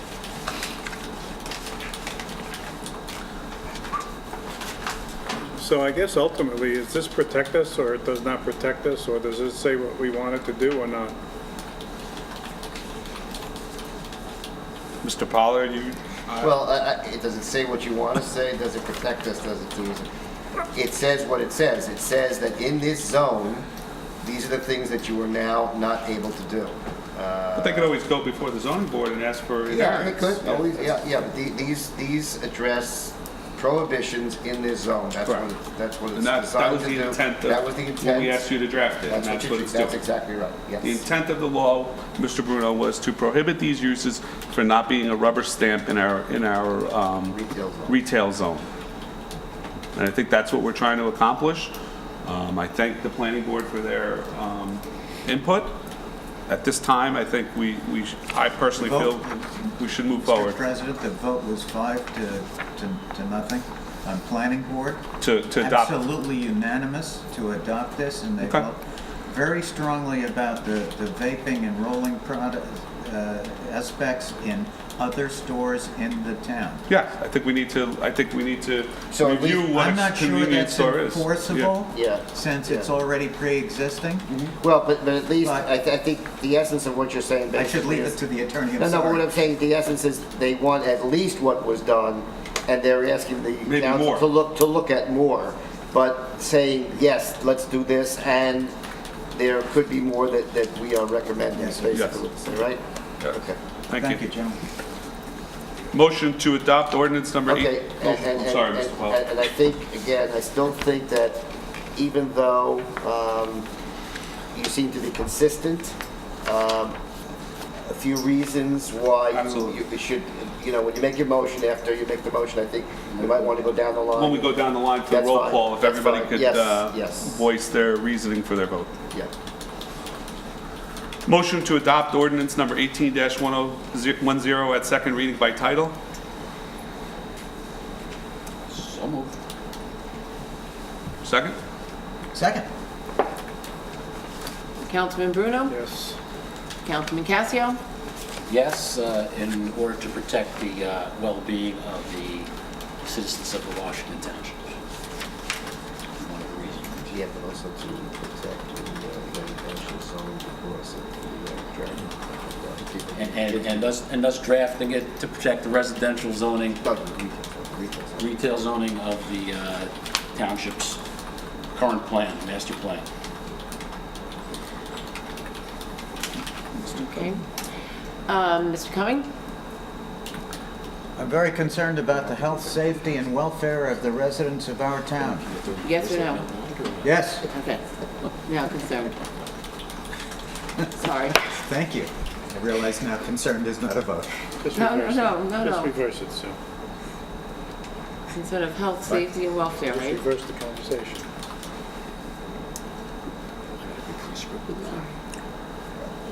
No. Councilman Ullman? I'm voting no. I believe that vaping products and paraphernalia are an extension of tobacco to a certain extent. I feel that tobacco is mainstream. I think these will become mainstream. I understand that there is a health concern about youths having access to this. There are age-related regulations or laws on the books that would prevent the sale to youths if they're enforced properly. So I believe that this is an overreach, and I am voting no on this ordinance. Thank you, Mr. Council President DeSena? I am voting yes. I'm happy to see that the ordinance was drafted the way it was to limit the zone to the retail center. It's been drafted by our township attorney, and the planning board has blessed the ordinance as it sits with the unanimous consent also. I think it's for the safety and welfare of all our citizenry in the Washington Township of Washington. So I vote yes. Do I have a motion for an emergency resolution? Excuse me, I just gotta get my notes. Resolution number 18-51, that would be right? 259. Resolution number 18-259, an emergency resolution for 18-10, an ordinance amending Chapter 245 zoning of the Code of the Township of Washington, adding prohibited uses to Section 245-57. So moved. So moved. Second. Roll call? Councilman Bruno? Yes. Councilman Casio? Yes. Councilman Cumming? Yes. Councilman Ullman? No. Council President DeSena? Yes. Mike, just one note on Ken's comments about calling this an emergency. Maybe for future ones, we can take that word emergency out of it and... No. Well, no, we cannot. Oh, By statute, by statute, we have to I didn't take No. your comment to mean that. Sorry. I can't get into it. Moving on, consent agenda. All of the following items have been determined to have the unanimous consent of council and will that's be okay. enacted in one motion. Once in a while. Should any item require independent consideration, any council member may have such item removed from the consent agenda. Resolution 18-253, authorize issuance of not exceeding $6 million bond anticipation notes.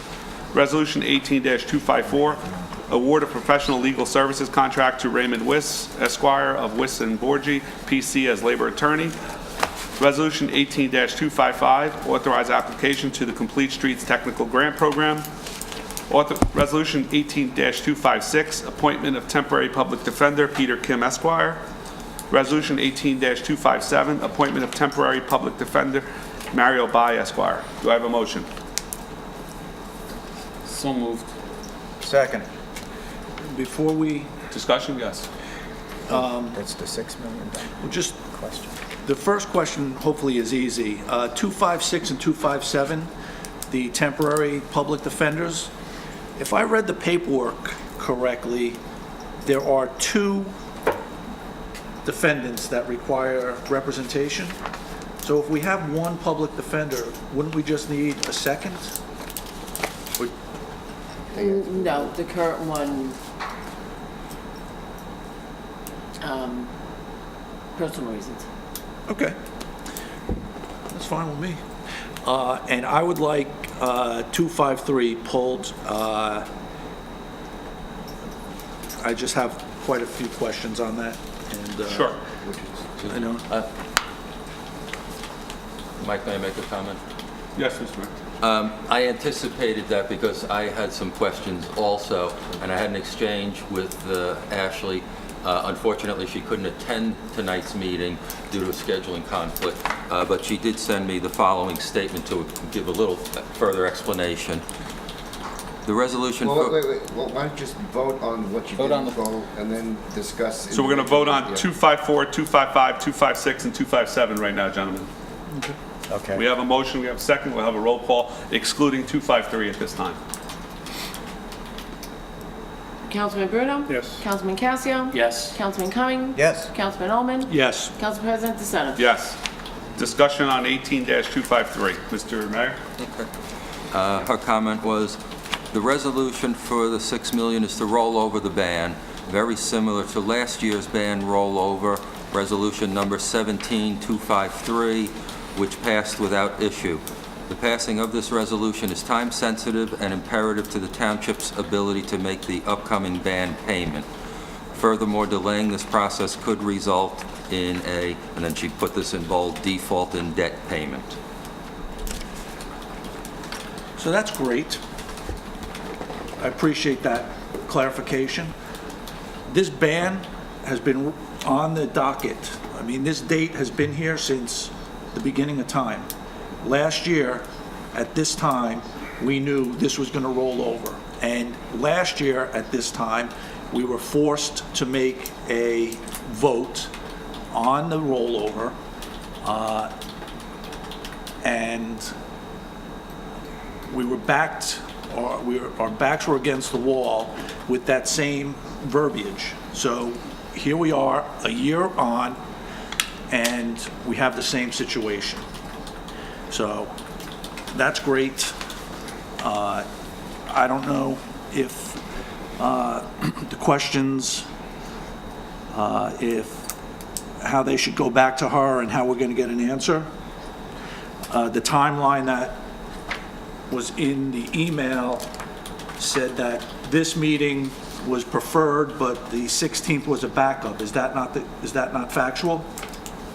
I'm just reading you what she sent to me, so I can't offer any more or less than the CFO putting this comment.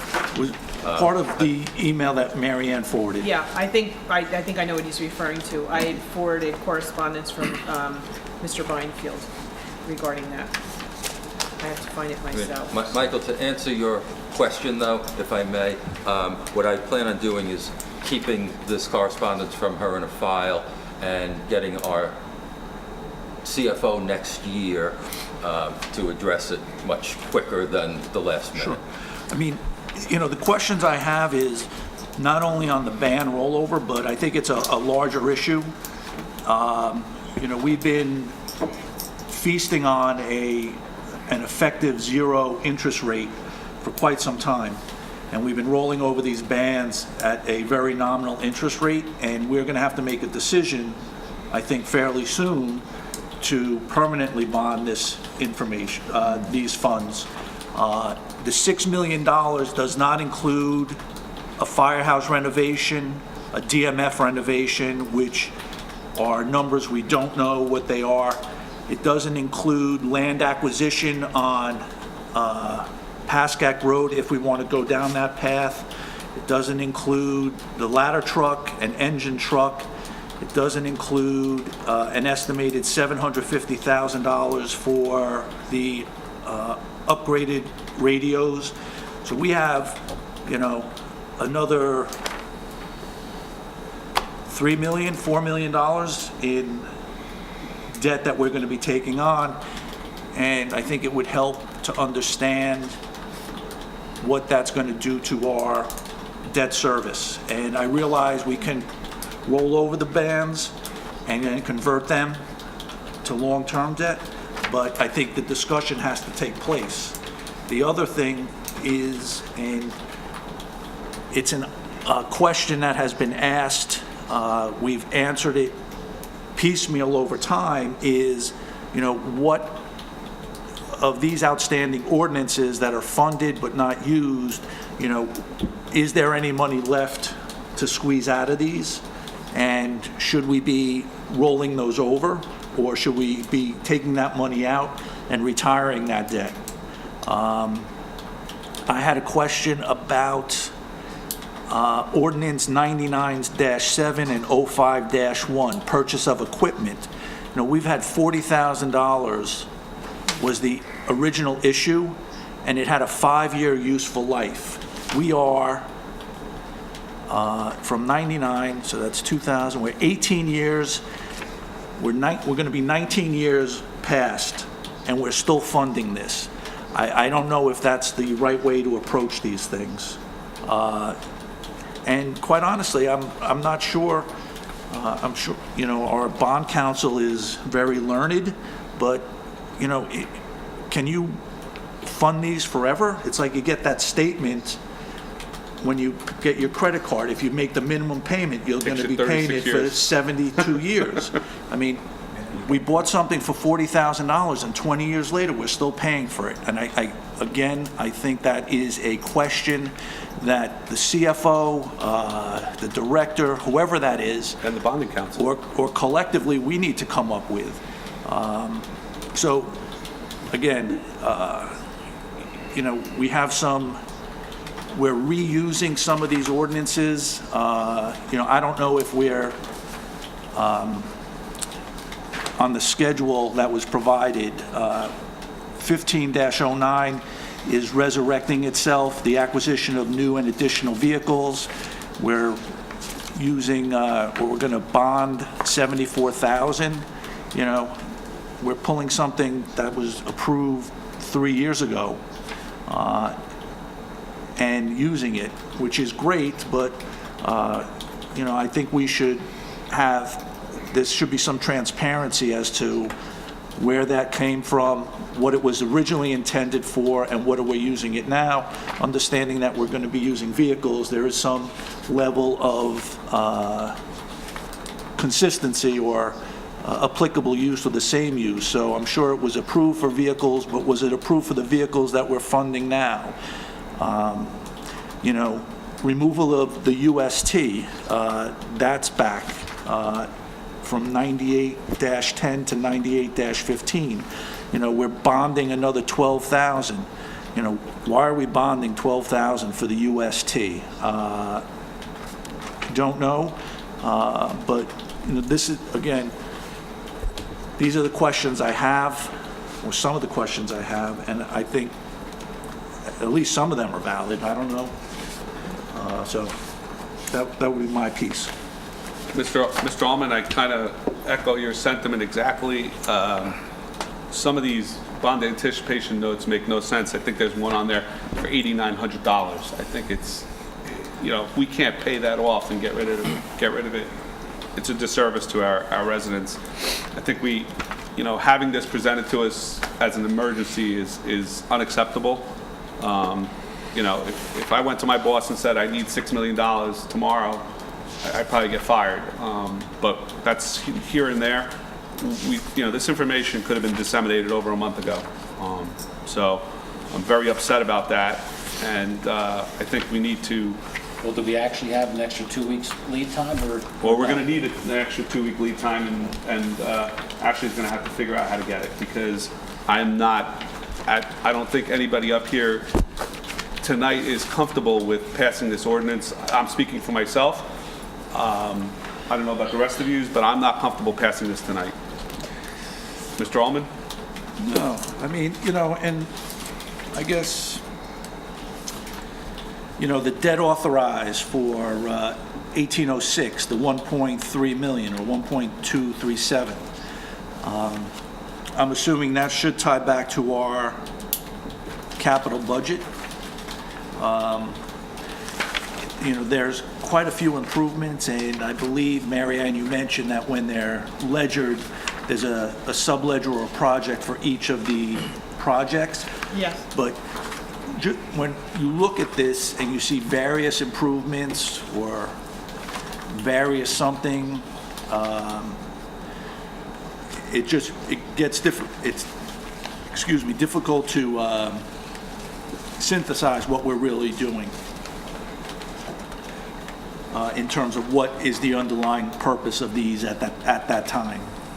You know, I think with all the money sitting in some of these reserves that Mr. Bruno has been harping on since at this time, before time, you know, we should be able to outright pay these off and not have to go for a bond anticipation note if these reserves were found and we figured out a way to use them. Because, you know, I mean, you're looking at it like 9912. I mean, you know, Mr. Allman, you're absolutely right. We're going to pay down on something from 99. Its current amount is 19,000. We're going to pay down 3,000 and still have, you know, an aggregate of $12,455. It's insane that this has been going on since 90. It's $19,000. We can't find that money somewhere to get rid of that. And 24 here, 8,000 there.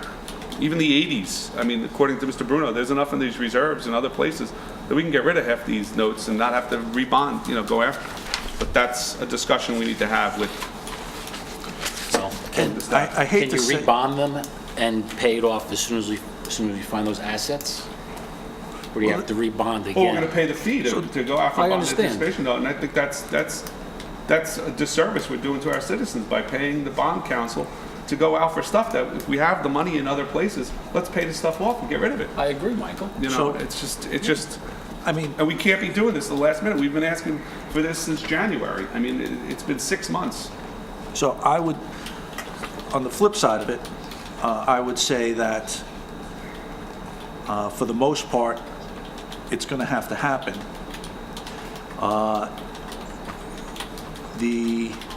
And I hate to put it in this manner, but I think the only way, or one of the only ways we're going to get an answer is by not voting on it. I feel if we vote on it and vote to roll it and move it forward, it's just going to get lost in the shuffle. So next week or next meeting, we're not going to have the answers. And it's not going to be answered until the question is asked next year. So it's almost like we're holding ourselves hostage by not voting on it. Well, if we use the reserve funds that Bob's brought to our attention, does that $6 million become $5.5 million or $5,250? You know, that we're going after upon the anticipation notes. You know, what does it do to it? And that's a question we've been asking since January. And you know, here we are, July 2nd, still waiting for the answer. So if I may, it's actually a question I've been asking since 2014, 15, 16, 17, 18. And to me, to get this on the weekend, I was out of town. I think it's laughable. And quite honestly, Peter, to read an email from a CFO that says what she said is just an embarrassment to the council and to the town. I mean, that's just not acceptable. You know, you can pick any one of these here. 07, 04, improvement of stormwater drainage. Isn't that the one where we had the receivable that we had to write off? Yes, it's a piece of it. I mean, this is a joke. It's laughable. We've been asking since January. I've been asking before that since last year. We haven't gotten one schedule. I have it on every agenda. What are we doing? What's the plan? What's the strategy? What's the long-term debt schedule? We sit here, we get no answers, and then we get this. You know, quite honestly, you know, if we default, we default at this point. To Mike's point, this is just an embarrassment. Here we are with $6 million that we're supposed to act on. We still don't know about the unfunded amounts that are sitting out there that we took some money from. There's reserves still all over the balance sheets, which I asked for an analysis, which we get nothing. So, you know, here we are again. The last hour, approving $6 million, not acceptable. Change needs to be done. This is just not acceptable. And Mike DeSena is right, you know, as a CFO in my position, I would be out the door by now. Well, I don't want the town to default on anything, because that'll throw your credit rating right out the window. And I don't like to be pushed back into a corner, but if we have another meeting and we can still do it and get some answers and have a reasonable explanation, I would rather put it off 2 weeks, but in no way do I want to default on that type of term. Well, six Obviously, you want months, we haven't gotten an answer. How are we going to get it in 6 days? Bob, I can't answer that question. Okay, well, I do maybe not know. Peter can. I don't know. you know, Any answer, I'm a Peter? little leery about having the Township of Washington go into default. That doesn't help our rating at all. Again, we have asked for it numerous times. We do have money on the balance sheet that we can pay this down. I don't like paying for something that we had 20 years ago that should have been paid off time and time again, but it seems like we just keep, you know, pushing it off and pushing I'm it not off. sure if we even have to pay all this down. Do we have to pay it down? Can we just, maybe just cancel some of this? I mean, we don't know. Well, that's what I'm saying, do we cancel and it becomes 5.5 million, or is it No, become but we have, 5,250,000? that's sitting somewhere else on the balance sheet. I don't know what this stuff is. I know we wrote off a receivable for the stormwater drainage, and here it is showing up again. You know, I think a lot of times we talk about these things in general terms, and we don't know exactly, has that project been complete, or is it just a subcategory? Are we using that for other like projects? Yeah, we That's don't- what I we always don't get know. confused Well, we shouldn't be on. using a project from 1999. No, not at all. Not at all. Well, look at number 13-12, improvement of municipal complex site, $80,000. Meanwhile, we'll sit with $250,000 in the Republic Fund. So why would we even, you know, ban this when we have $250,000 in some reserve? Fencing at Memorial Field, improvement to Memorial Field, $142,000. We're budgeting lots, trying to get $40,000 to put sod. Yeah. We have some other amount in here, we don't even know why it exists. What's that about? I mean, you can pick any one of these. It's, you know, we don't know. We've asked, we get no answers, and now we're told, you know, vote yes for $6 Here's a million question. in bans. Do you want to hold off for another 2 weeks to the next meeting? Well, I'm not According approving this. according to the email, we can, so I think I in think 2 we take weeks, advantage of it. we need to take advantage of it. 16th and get a good explanation? Will she come to the meeting? But I don't want the explanation the night before the meeting. I expected, you know, like, in the next week, to have a detailed explanation of why we need to ban $6 million. Yes, Marion? I just wanted to just offer some things, and if we can give her some direction. I am aware that you can issue bonds for less than 1 year, so that could be something you could consider if you want to explore the long-term debt possibility issue for a lesser time. The other thing is, as far as the questions about the required paydowns, my understanding is that within the 5th year of, it may be shorter, of after a ban, it might be the 3rd year, you have mandatory pay downs, so that's why those required pay downs are there. It does look like the older ones, and I don't know because I wasn't here, it looks like some of the older ones from 1999 weren't even issued to 2013 for whatever reason. Maybe there was such a good financial position that they didn't have to issue. But again, these are all, if you want to give direction saying we'd like to, because looking at this, I think of the same things where you're saying, like, why not just take some money and wipe out the 5 oldest ones and do that. If you want to give, if the council wants to give direction, the mayor and/or I can pass it on to Ashley. I think the to give her direction is to take as much funding that's in our assets of this town right now and figure out how to wipe as much of that ban down. Does it become 5.5 million? Does it become 5,250? Does it become 5? Does it become 4? Because we have all this money sitting in reserves and we need to get rid of these bans. And that's what we've been asking. If I'm not misspeaking, somebody please correct me, that we've been asking for this since I've been on the council, since January. And here we are July 2nd, and we're asking it again. And the only thing I could ask is that I do not want to be here in 2 weeks getting this the Saturday before the meeting to have all these answers. We need this before. So if we need to have a meeting, You have that the ban drawn up. Isn't the ban- Michael, I would say that I don't think they're, what's the word, binary decisions. So I think there's information that we need in totality to make an informed decision on how to push this forward. So there are certain reserves. Clearly, some of them are valid reserves that have a valid reason to be maintained on the balance sheet. So I think the question is, which ones don't? Why were they initially set up? And can we use them?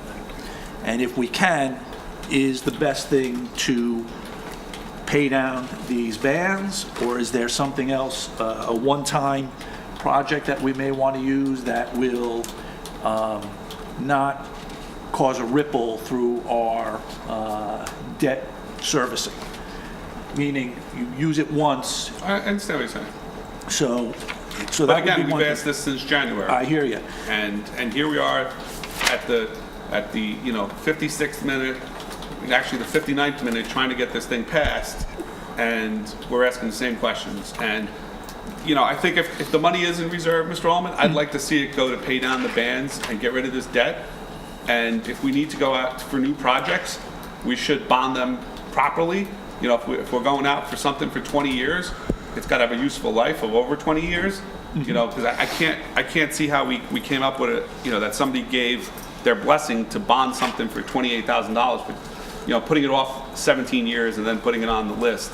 I mean, this town has so much money in reserves that we could have just paid for it and never even went out for a bond anticipation note. So it just doesn't make Was there a sense. financial review, Peter, with the auditor, with Lumet, on all of this, in terms of what we have, reserves, funded, unfunded, et cetera? Did he do an exit review? So far, we only met with him on the, what is it The called? audit comments. The audit comments, In the correct. exit interview, he didn't get into any of those schedules, which... I know, but did we ask him about funds and reserves and unfunded? We've had this in our notes from the budget since January. Did somebody say here? I mean, I wrote specifically probably a dozen points that said this is what we need to look at. It's just in an email. Did anybody say, look at the email and give us an answer? I think they're in the schedules here, so... No, I know they're in the schedules, but I guess my question again is, I outlined everything in detail, and I put page by page from prior year financial statements and said, on this page, here's the amount, what's the answer? It was very detailed, it was a very accurate report, and I went number and page. Did anybody say to Lou May, where are we at? So no, the answer's no. We just went over the audit points and that was it. So far. And if it's not Lou May, it's, we have Lurch on a retainer. Yeah, we paid him $5,000 this So, week. if Lurch Vincey's on a retainer, have them do it. I mean, it should be in their wheelhouse. They've looked at these books for, 30 years. They should know where every penny is and should understand why it was put there, because they ordered it for that long. So, whether it's Lou or Lurch, it should be someone, or someone should be able to answer those questions. Mike, may I make a suggestion? Yes, Mr. Mayor. I'm not disagreeing with anything that's been said from the mayor's perspective. Should we see if the CFO and the auditor are available for a special meeting a week from today? Because I see, based on these questions that we all have, that this topic could go an hour and a half. Absolutely. And so I would instruct them both to watch this portion of the meeting.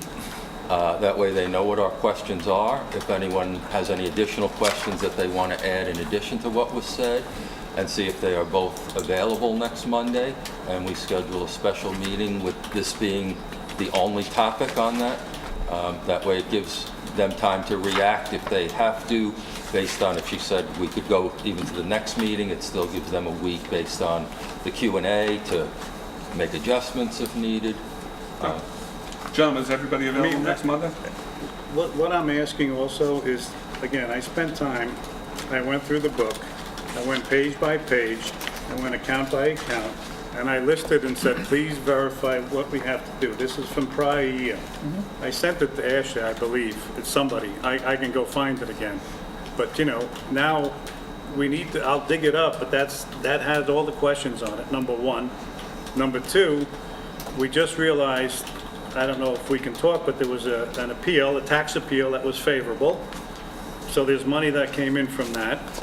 There's a chunk of change that keeps coming back in, and we just keep paying more money and more interest on financing that we shouldn't pay. So if we were to have a special meeting next Monday, is everybody available on the days? Mr. Cumming, you're shaking your head yes. Mr. Bruno, you available next Monday? What date is that? It's a week from today, so I think we need to do something like this. Yeah, July 9th. I should be here. Mr. Cassian? I'll make it a point to be here. Mr. Mayor, can we schedule him to be here next Monday? I will If possible? reach out to both of them first thing tomorrow. let Sue know and she's then gotta I'll let advertise for Sue the know special to meeting. advertise and let the council know. WCTV is okay for next Monday also. Okay. Do you also want me to try and get as many players to get the Vinci firm here also? Do we want all three represented to? I think so. Vinci, I mean, in my mind, they're the one group who has some level of continuity on the history. Not to say that Lou couldn't speak to it, but he's doing the audit. Let's get Vinci, if he's our accounting contractor or whatever we're calling them. So I think that would be a good idea. Those three organizations, CFO, yep. auditor, and Lurch Lynette. Vinci. Yep. Okay. All right. Yeah. Anything else, gentlemen? Before we move into adjournment to conference agenda, do I have a motion? Motion for what? Move into conference. We took this off, this is done? This is Yeah, done. we This is tabled off. it. It's done. We tabled it. Yeah, motion to move in, yeah. Motion to go to conference agenda? So moved. Second. Second. Councilman Bruno? Yes. Councilman Casio? Yes. Councilman Cumming? Yes. Councilman Ullman? Yes. Council President DeSena? Yes. Can we take a 5-minute break? Yes, please. We'll be back. Okay? Thank you, idea. everybody. Let's take a 5-minute break.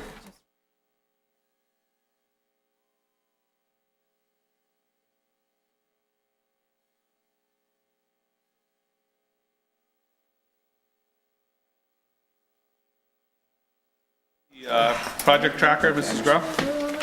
Yes, does anybody have any? Oh, hold on, I'm sorry. I'm sorry, hold on one second. Shuttle, I lost taking the my- shuttle now? You lost your feet? I'm there. Okay, we're back on. Okay, thank So you. sorry. Okay, I disseminated the tracker. Since then, I was able to get some clarification on the paint quotes, and I'm glad I asked, because it turned out it was a 5,000 swing in our favor. And I just was creating the purchase order while we're here for the painting for Town Hall. And on that note, it's relevant to the recent discussion regarding the balance in Republic. The Republic trust account is down to about 40,000. So we've been spending it down, rather than drawing on the gentlemen who are on the council in 2016 approved 105,000 for town hall improvements. Instead of tapping that, we tapped the Republic. So, in any event. So I'm So sorry, that's- Mary Ann, what was that? There's still 40,000 in the Republic account, Mr. Bruno. It's not quite as much as you thought it was, because we've been using it to make all the improvements between the floors. I think and the statement said about 240 in the book, but so you used a bunch of it. Yeah, Good. I just was on the computer while you were having Yeah, this good. discussion about debt, and it's Good, down good. to 40, just over 40,000. That's good. Okay? Does anybody have any questions?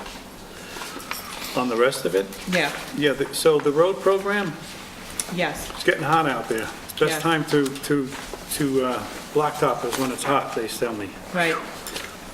So it was advertised in accordance with what was reported last time. This is all based on Mr. Azalina's schedule.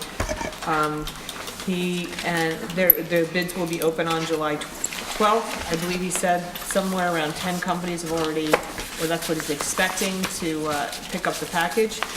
And we'll just have to wait and see what the results are. The solar-powered signs, the police, did they submit? Not yet, no. Who are they submitting quotes to, you or to the state? No. That comes up to the purchasing department. Oh, okay. Have we gone anywhere with the senior van? No. The green team is starting to look into seeing about maybe an electric van instead of, so. I know we talked about that a month ago, so I'm just curious if we've Yeah. gotten anywhere on this. You were talking about the downfalls of the electric van, Mike? If we get it for free, it's one thing. Right. If we have to buy it, I would not I buy would an not buy- electric van. Right. Okay. Especially just having one Public in the Service is fleet. gonna give us one for Right. free, Yeah. We'll- then we'll make it work. Correct. Yeah. Free is for me. But I think we need to really start evaluating getting the new senior van. We budgeted for this. We're in July. I know we have these, you know, the green team seems very ambitious, but when they start looking at our financials, we may not qualify for that. Yeah, I have that application on my desk. I also have the documents from Ordell, who recently purchased a new van to see. But what not an electric van. No, regular van. Traditional. That they said was under state contract with some add-ons, which makes it easier when it's done that way. Who's JQ? Is that the vendor? Yes, that's a vendor who has done various projects, did the project here to repair this, did the siding outside, did the tax window, did some work at Clark Field in the field house. Okay. He- They're the ones that he- patched all the sheetrock and everything? And did the, fix the leak. Yeah, the leak. Okay. Yeah, so that was two separate projects, but Do they've we done know a when lot of work for us. Do we know when the Clark Field playground mulch is coming? No, I haven't had any update. No, I don't get updates typically like that from Patty or Bill, but I know Bill's been out, but I can follow up with him tomorrow. Speaking of field, Mr. DeSena, I spoke to you about Sherry Field, Yes, Mr. cutting and grass and dumping in the back. Do we know what happened I there? spoke to Mr. Scuderi. Uh-huh. I believe a month ago, the town mower was broken, and they were waiting on parts, so the grass got high. Okay. And baseball contracted with Let It Grow to get it cut for the weekend because the grass was too high to play ball on it. We spoke to Mr. Scuderi and Mr. Lawler about it. But there is people dumping in the back. In the back, right. Illegally. It had nothing to do with that one cut that Let It Grow did. It's been an issue that Mr. Lawler's aware of and Mr. Scuderi's aware of. Why don't we get him a deer cam? We need a deer cam, yes, that's a good idea, Mr. So, but we were able to, actually Let It Grow donated their services for that free cut. They maintain Clark Field for us on the That's the Clark contract. Field people. They're Yes, the doing Clark a Field. pretty good job. Yes, they do a very good job. Is that I'm your glad to hear they baseball donated fund? because they sent us a bill, so it's donated? Let It Grow sent you a bill? Yeah. Oh, maybe it was, okay, that's what, Yeah. maybe I misunderstood. So. Yeah. Okay, well, if you got a bill, then it was Mr. Scuderi changed, we didn't get a bill, so we thought he donated. Should you get the bill? We will pay the bill if it needs to be paid, because the fields needed to be cut, so I mean, Understand. I didn't even know But there it's was a a town part field, missing for the mower. what's that? They didn't even they don't even say that the part needs to be, is the only mower. Yeah, that it was needs a down part. for over a week, the mower, that's why we need, yeah. That's, Yeah, it's not acceptable either, so. yeah, we didn't have any notice of You need that. the blade. The grant writers, I guess we received 2 proposals according to the grant tracker. Yes, I don't think I'm allowed to discuss them in public until the report's completed. The mayor and I are evaluating and ranking them. Okay. will tell you that one- Will we have one regardless of discussing it, but I mean. will Yeah, we will if the proposals are sufficient, or adequate for our needs. I will Okay. tell you that one of the companies we were hoping to hear from did not submit, and when I followed up and to find out why, unfortunately, the principal had a heart attack. Okay. Is the AC condenser, is that new? That is new, but it's older in that, and it may be put on hold. This was when, a couple years ago, we for the first time in many years, got maintenance contracts on these units. And in the most recent maintenance, the mayor happened to be in when the tech was coming to give me the results. And so they were talking about how the third floor was having issues with Freon, they needed to replace Freon. Some of it was de minimis, I shouldn't say de minimis, because then they would have to replace it, but some was it was a lot less than another one, and the other one suggested there's a leak somewhere in the line. So we started having a conversation, does it really make sense to keep replacing this age-old condenser unit? So we got a quote from the company that does the maintenance, and given the dollar value, got one from another company. We're very close, 2 different kinds of units, but it's something that was taken from the Republic Fund to put in these 2 units. So, but then I believe as part of the energy audit, they're evaluating replacement of all of them. They're gonna give us 8 or 9, 8 or 9 condensers for outside on the north side of this building. The mayor and I called the Wildan Energy Solutions, who did the audit, and asked them what the results prematurely of this was. And she says, if you can hold off on replacing these units, if you can patch them at the moment, you're going to get all 8 units. We're going to get all 8 new high-efficiency compressors from Public Service for free. Well, we have to see what happens because we issued the purchase order and he acknowledged, it was issued on Friday and this morning I received an acknowledgement that the equipment had been ordered. I don't know if he's going to be willing to walk away from that, but I'll have to try. Yeah, you have to check the business arrangements, I'm sorry. Sure. And even before I knew any of that, I sent an email to Bill this morning asking for an inventory of all the compressors around the building with their serial numbers, because you can determine the age of the unit from the serial number and what room each unit services. I think that'll be a very good document to have going forward. Has the, I guess if we're losing an occupied just office, speaking of the DMF, has the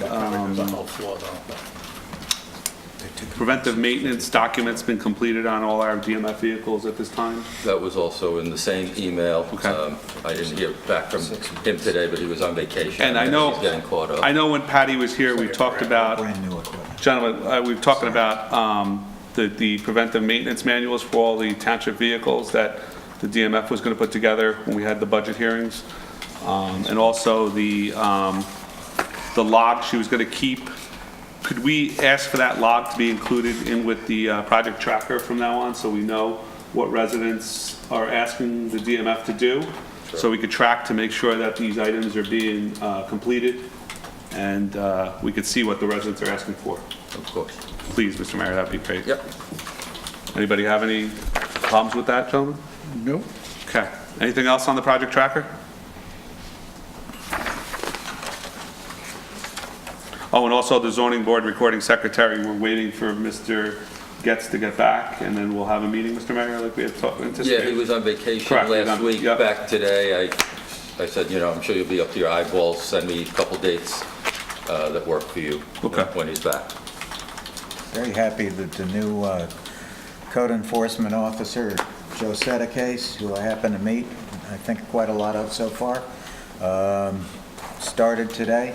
I wanted to wish him a happy day and a good experience here, and I will visit with him this week. What's his name? Mr. Sedicase. Do you have an email? Yes, he already has it set up. Great. And just the outgoing code enforcement official was very accommodating and came in and sat with him for almost an hour, turned over paperwork, pointed out some historically problematic properties. Separate and apart, I also gave him a map of the town, and the mayor and I have impressed upon him the need to be proactive and do periodic checks in the various zones in the town. So he's got regular 10 hours a week, and we'll take it from there. One other thing, Mary Ann, where are we with Fitzpatrick and Mountain Avenue? I contacted Mr. Steele. I haven't heard back. I can find out if we don't want to handle it through Mr. Steele, I guess we could have Ken send a letter under the maintenance bond and make a claim. Typically, in the past, we've always worked through the engineer and asked them to deal with the contractor. I think it's beyond that. I think Mr. Pollard should write a letter. Okay. Ken, I'll give you the information, okay? Thank you.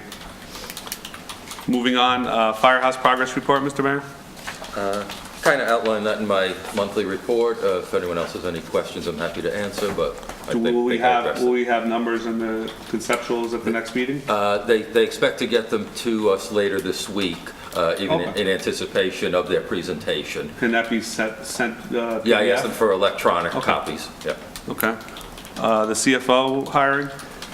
We interviewed 3 people last week, all good candidates. So we'll narrow down from there, and then we'll bring them in for second interviews. Mr. Bruno, do you have anything? No, I just want to, if they come in, maybe Lou and could have a conversation with them also. Okay.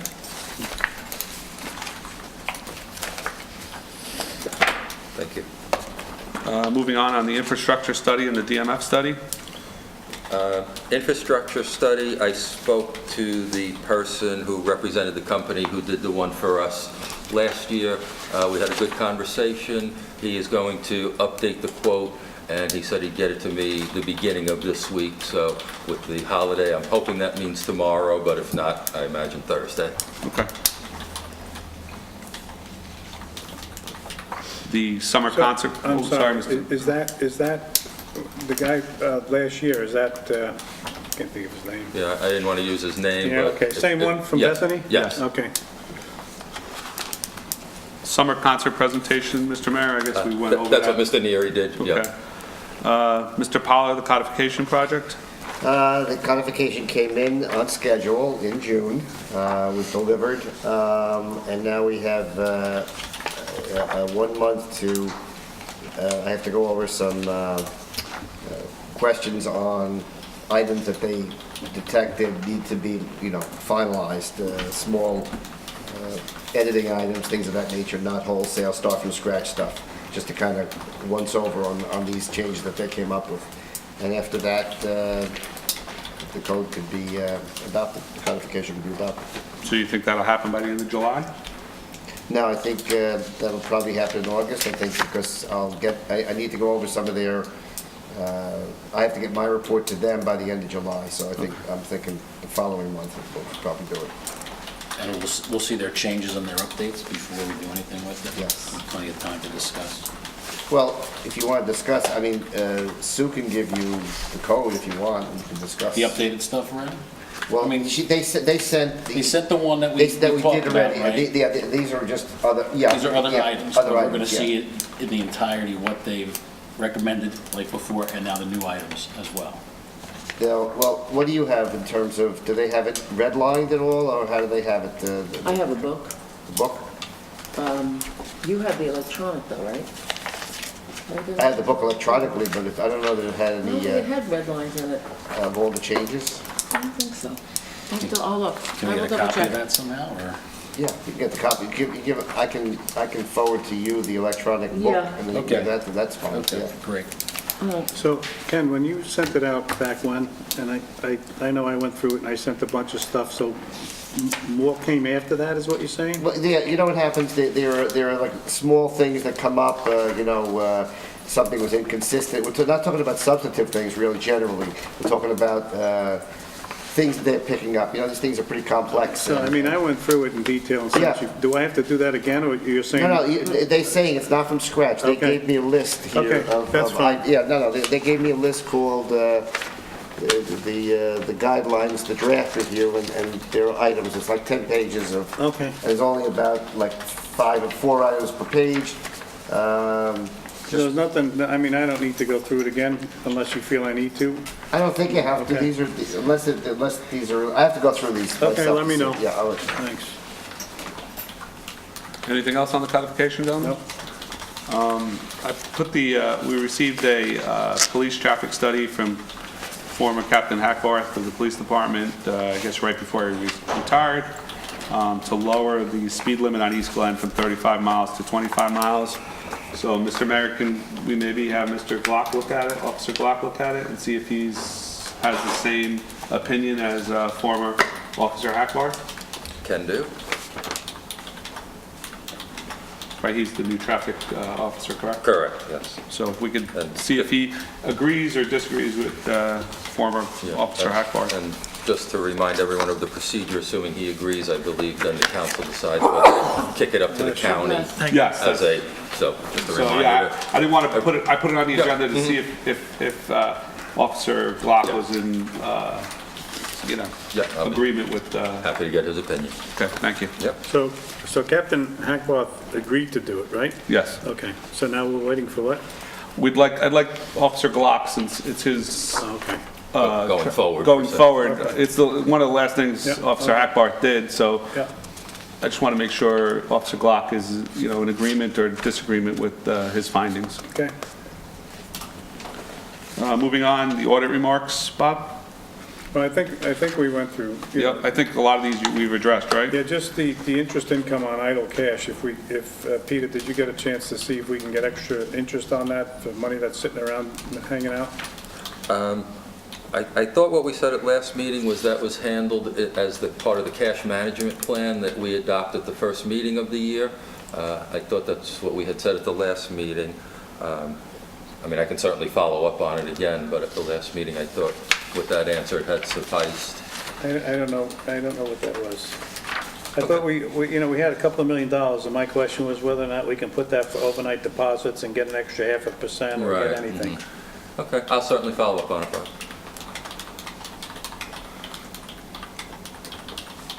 Bob, I think the rest of yours hopefully will be addressed at next Monday's meeting.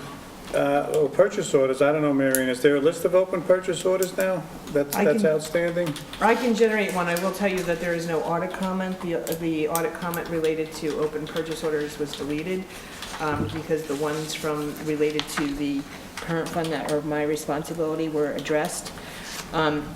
That's not to say that none exist. For instance, I'm still trying to get the Ho-Hocus sewer bill that hasn't been outstanding for a while. I actually just got some paperwork on that. Early fireworks, it sounds like.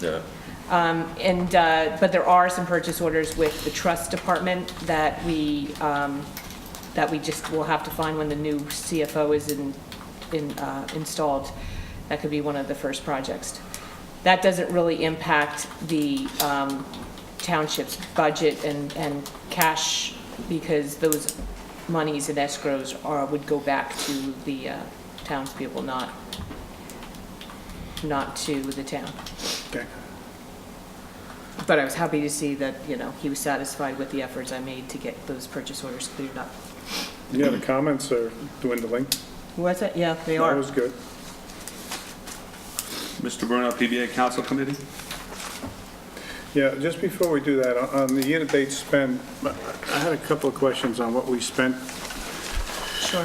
versus what we budgeted, or what we didn't spend versus what we budgeted. Okay. So one was, we had a big number here for administrative computer software on page 3, on your original one you sent us in the package, 12,000, and we haven't spent 12,000 for computer software. I'm not sure if that was for, was that Office Suite? I don't know what that was for. That's an annual thing. That's the Edmunds bill. We don't get towards the end Oh, of the that's year. Edmunds? I believe it is. I can look on the computer while I'm on this now. And then on page 5, I'd love to buy some chairs for us. We have $6,000. We haven't done anything with that yet. Yeah, we'll be doing that shortly. Okay, I keep I sinking. actually thought Sue was going to pick those out, but we'll have I'm to sinking talk. lower and lower over here. Let's go shopping. As long as it's someone other than me. Let's go shopping. Art and I are becoming invisible with the chairs. And I don't have far to go. On page 6, Now, when your page numbers, are you talking about, I only gave the you and package one. Well, no, I gave the mayor and you the very detailed one because I can get it for the rest of you guys, but they specifically had asked for one in further detail. I gave everybody the short form. Okay, well, this was just assistant to clerk overtime. It looks like we spent a little more than we thought. Yes. Yes, Is that your assistant? I guess so, if I'm the clerk. yes. Well, I can't mention names anymore, so I don't know when I can and can't, Yeah. so you know what I mean? So, okay, so maybe just take a look at that? Well, we can't do anything right now. We'll have to wait and Didn't we see extend how it the, Yeah, we did. I mean, we extended hours, so that's why I'm surprised that there's OT. Well, Or that's more what we OT. did before. before she was in, said the 29 Now hours. there's no more overtime. So if we come down to a point near the end of the year, we'll have to do a transfer. Okay, and then on, this is, I guess, a Ken question, not really, but the other legal services, we had put 12,000 for PBA, and there was 2,700 that went against that account. But that was the note I showed you. Yeah, I So saw what that. happened So- was, So, but I don't want to eat into this number, because I don't know what WIS is going to come up with. So now we lost, technically, it's like 13 hours of billing time. no, wait, Bob, may I just correct you? No. So what happened was, when the temporary budget was set up, the law department had requested that it be out, the extra money be for the COA expenses be in that line. So until the regular budget was funded, that's where it was getting charged to, but the council had other ideas, and then you created the other special line. So just this morning, I noticed it when I looked to generate these reports, that I had to reclass. So I reclassed it to be consistent with how you want to treat it. However, there were 334 or something like that dollars that were charged to this line legitimately, because those are out of pocket, those are expenses that do not come out of Mr. Pollard's salary. They are the filing fee for the order to show cause and 2 FedEx bills for serving papers in that case. So There's no 20 other line okay. to charge it to. So that's all that's going to be touching that line as far as I So know. 2,300 got reclassed somewhere. 300 stayed in 2,300. Yes, you'll see in the summary that I gave to everyone tonight, Okay. and I sent the email. Okay, that's all I have. It's back in that line. So you have back in that line for Mr. Wiss's fees. You Okay. have $11,665.40. Okay. Thank you. So, are you done, Bob? Yep. So a question for you, Mary Ann, or the mayor. For the first few months of the year, we're doing the budget. Then we go through an adoption process, and then we go through an estoppel period. And at some point, it becomes final, which is like the end of May, it seems like, or even later. But now we have 6 months of good activity. Will you be asking each of the department heads to do a mid-year assessment of their expenses or their budgets? And specifically, there were quite a few asks of from the administration or from the departments that I think everyone was in agreement with, especially around training and some other possibly neglected areas. And I don't want to lose sight of the fact that we've made those, we've provided for them in our budget, and I want to make sure that they're being used. So is there going to be a department level budget plan actual type of analysis done? I was thinking the same thing, Michael, and I wanted to see this first before making that call. But yes, I think now that we have 6 months, like you're saying, it's a good time before it gets too close to the end of the year to say, are you still on target with these numbers, or has anything changed? So I guess the answer to your question is yes, I have planned on that. Perfect, thank you.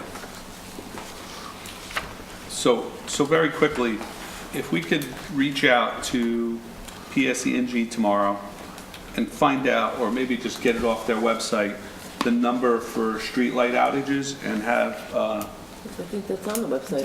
I believe you added that. but we need to maybe bring it up into, a lot of people are complaining that there's dark spots all over town, and as I drive, I see a lot of streetlights out. And we pay that bill whether that light is on or off, because they're billing us by streetlight. So all I can tell the residents is if you see streetlights out, please go on the website and call PSE&G so they can come and repair it, because we pay for that light whether it's on or off. So, if there's dark spots of concern, I don't think there are many, but I know there's a lot of lights out. I know there was one out in front of your house, Dr. Casio, a couple weeks ago, and they repaired it. And there's another one up the street that's out. I thought they rotate those things. No, Every they don't seventh rotate. day, yours is out. That's it, your time is up. Maybe we could do Tomorrow, an turn it email on. blast. Yeah, if we could do an email blast, because people are concerned that they're walking their pets and stuff. There's a lot of dark, like, corridors, but it's just a matter of the lights are burned out and need to be replaced. I thought that was the green team's thing doing that. Save a little here, save a little there. No. I'd like to That was maybe go a Whitman. step further. If the people don't want to deal with PSE&G, even if they contact us, we can find someone to make the call. Okay, yeah. Yeah, can go to the DMF. and Yeah, You yeah. can track it. Yeah. Anything else, Mr. Bruno, before we move on to PBA Council Committee? No, I mean, the reserves, we're going to find out all this stuff next week. I'm going to try and look for my email I did at the budget. I'll send it on again. I do know that Ashley had drafted an ordinance or something to cancel some grants receivable. My question to her was, I was concerned when she canceled them, are we going to lose them? So I think she was looking into that. So that was, she did look into the grants receivable, but we'll have to look into that. The reserves, I'm not sure. I thought that was part of the bundle of your questions during the budget about surplus. How much do you need? How much should you have for your debt rating? I can share with you in my last purchasing class, there was a section, the whole last class was on financing, and there was this wonderful handout on debt rating and what really goes into it. I know that's something everybody had been asking about, so. Okay.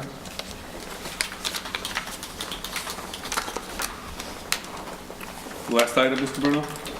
Yeah, this actually just for Ken. I mean, we Yeah, approved WIS. yeah. I just trying to understand what we do next. and Here's how it what you works. do. So now that Mr. Wish was on board, I did want to reach out to him. I did reach out to him about the process, about going forward with the PBA since he's now on board. And the first thing I told him was that we had a very unusual situation because normally the mayor is in charge of the negotiating, and there's an issue with his brother being on the force and things like that. And we also have a council person who also has somebody on there. And so I said to him, we're going to need some views from him on who can do what and so on and so forth. So I gave him all the information. I gave him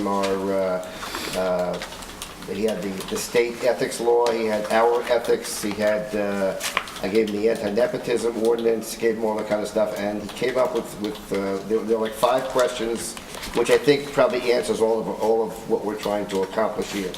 So the first one was, and he wrote, can the mayor, whose brother is a lieutenant on the police department, or a councilman whose daughter is a patrolman on the Township Police Department, properly participate in either the negotiation of or vote upon a contract with the Township Police? And the answer to that's no. Okay? We all know that. But then come to think about can the mayor appoint a negotiating committee for the township if he cannot otherwise participate in the negotiation process? And he went through an analysis and he said the mayor is the one who still appoints the committee, although he cannot participate in what that committee does and what the offers and that kind of stuff. He also asked, can the mayor be informed of the ongoing negotiations with the Township Police for new contract? The answer was yes. As the mayor, he's entitled to be informed. Then, can the mayor properly be involved in any process or vote concerning the promotion of the mayor's brother's currently lieutenant? The answer was no. And can the councilman be properly involved in any process or vote concerning the promotion of his daughter, who is presently a patrolman on the police department? The answer was no. So I had, his memo went through all these cases and all that kind of stuff. Okay. So basically, how he's viewing this is the mayor appoints the committee, and once the committee's appointed, they do the negotiation. Now, I did tell him historically, and I've been through 3 mayors, okay, so over 30 years or whatever. So the committee generally would consist of the mayor.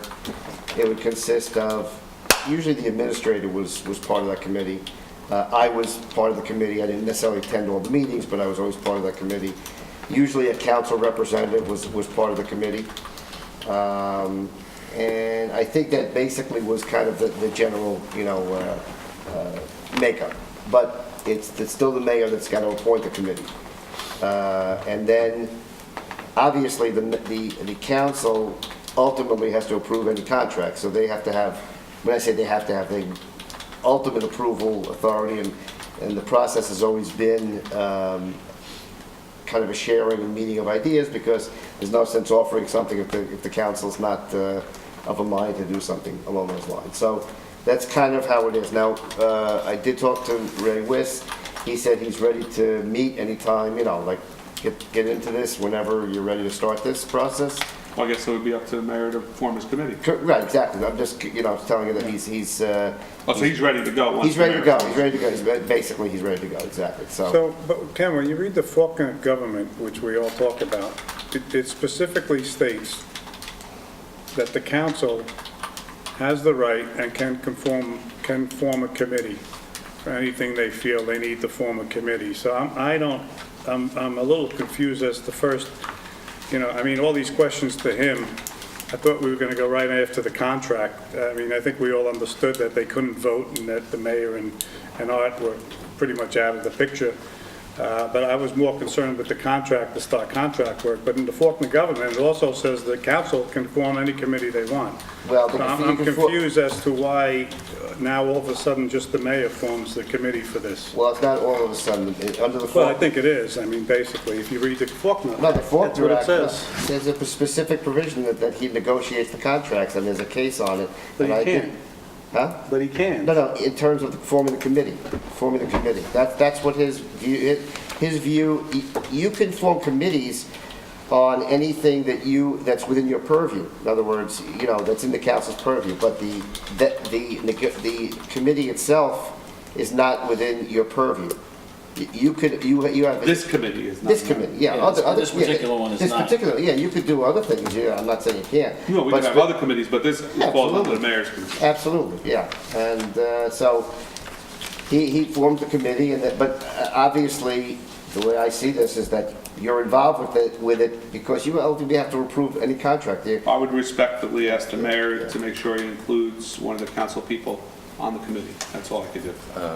I want to say that's a no-brainer. You know, Okay. I'm hearing this for the first time tonight That's also. all we, so Yeah, but all I can do is respectfully ask you to I- include one of us on the Why committee. wouldn't In the the past, that's what remaining happened, council right? members? Right, yeah. He said, What's that? Why wouldn't the remaining council members be the committee? well, first of all, you can't because that's a quorum. Yeah, that's a quorum. Okay, you then. can't do that, Bob. You can't have a committee with 4 people? No, No, no, you're breaking the sunshine law. at best you can have 2. So then 2 people should be from the committee. That's up to the mayor. It's up to the mayor. So Ken just said traditionally it's been the Him. mayor, the Administrator. attorney, administrator, and a council council person, rep. 4 people. And obviously, Mr. Weiss will be, Well, Yes, it's yes, council, yes. it's a council. right, Yeah, he's council. yeah. Weiss. Sorry. As always. I mean, we wouldn't have 2 councils there. You would succeed to him, or you'd be there as well. I would be, well, if I'm on it, if I'm Well, I'm on just saying it. in the past, have we had a No, labor attorney? no, it's been. We've never had a labor attorney. Okay. Yeah, I've always. So I'm saying, I've always. would it be wise to have 2 attorneys there? I mean, I don't know, I'm just asking you.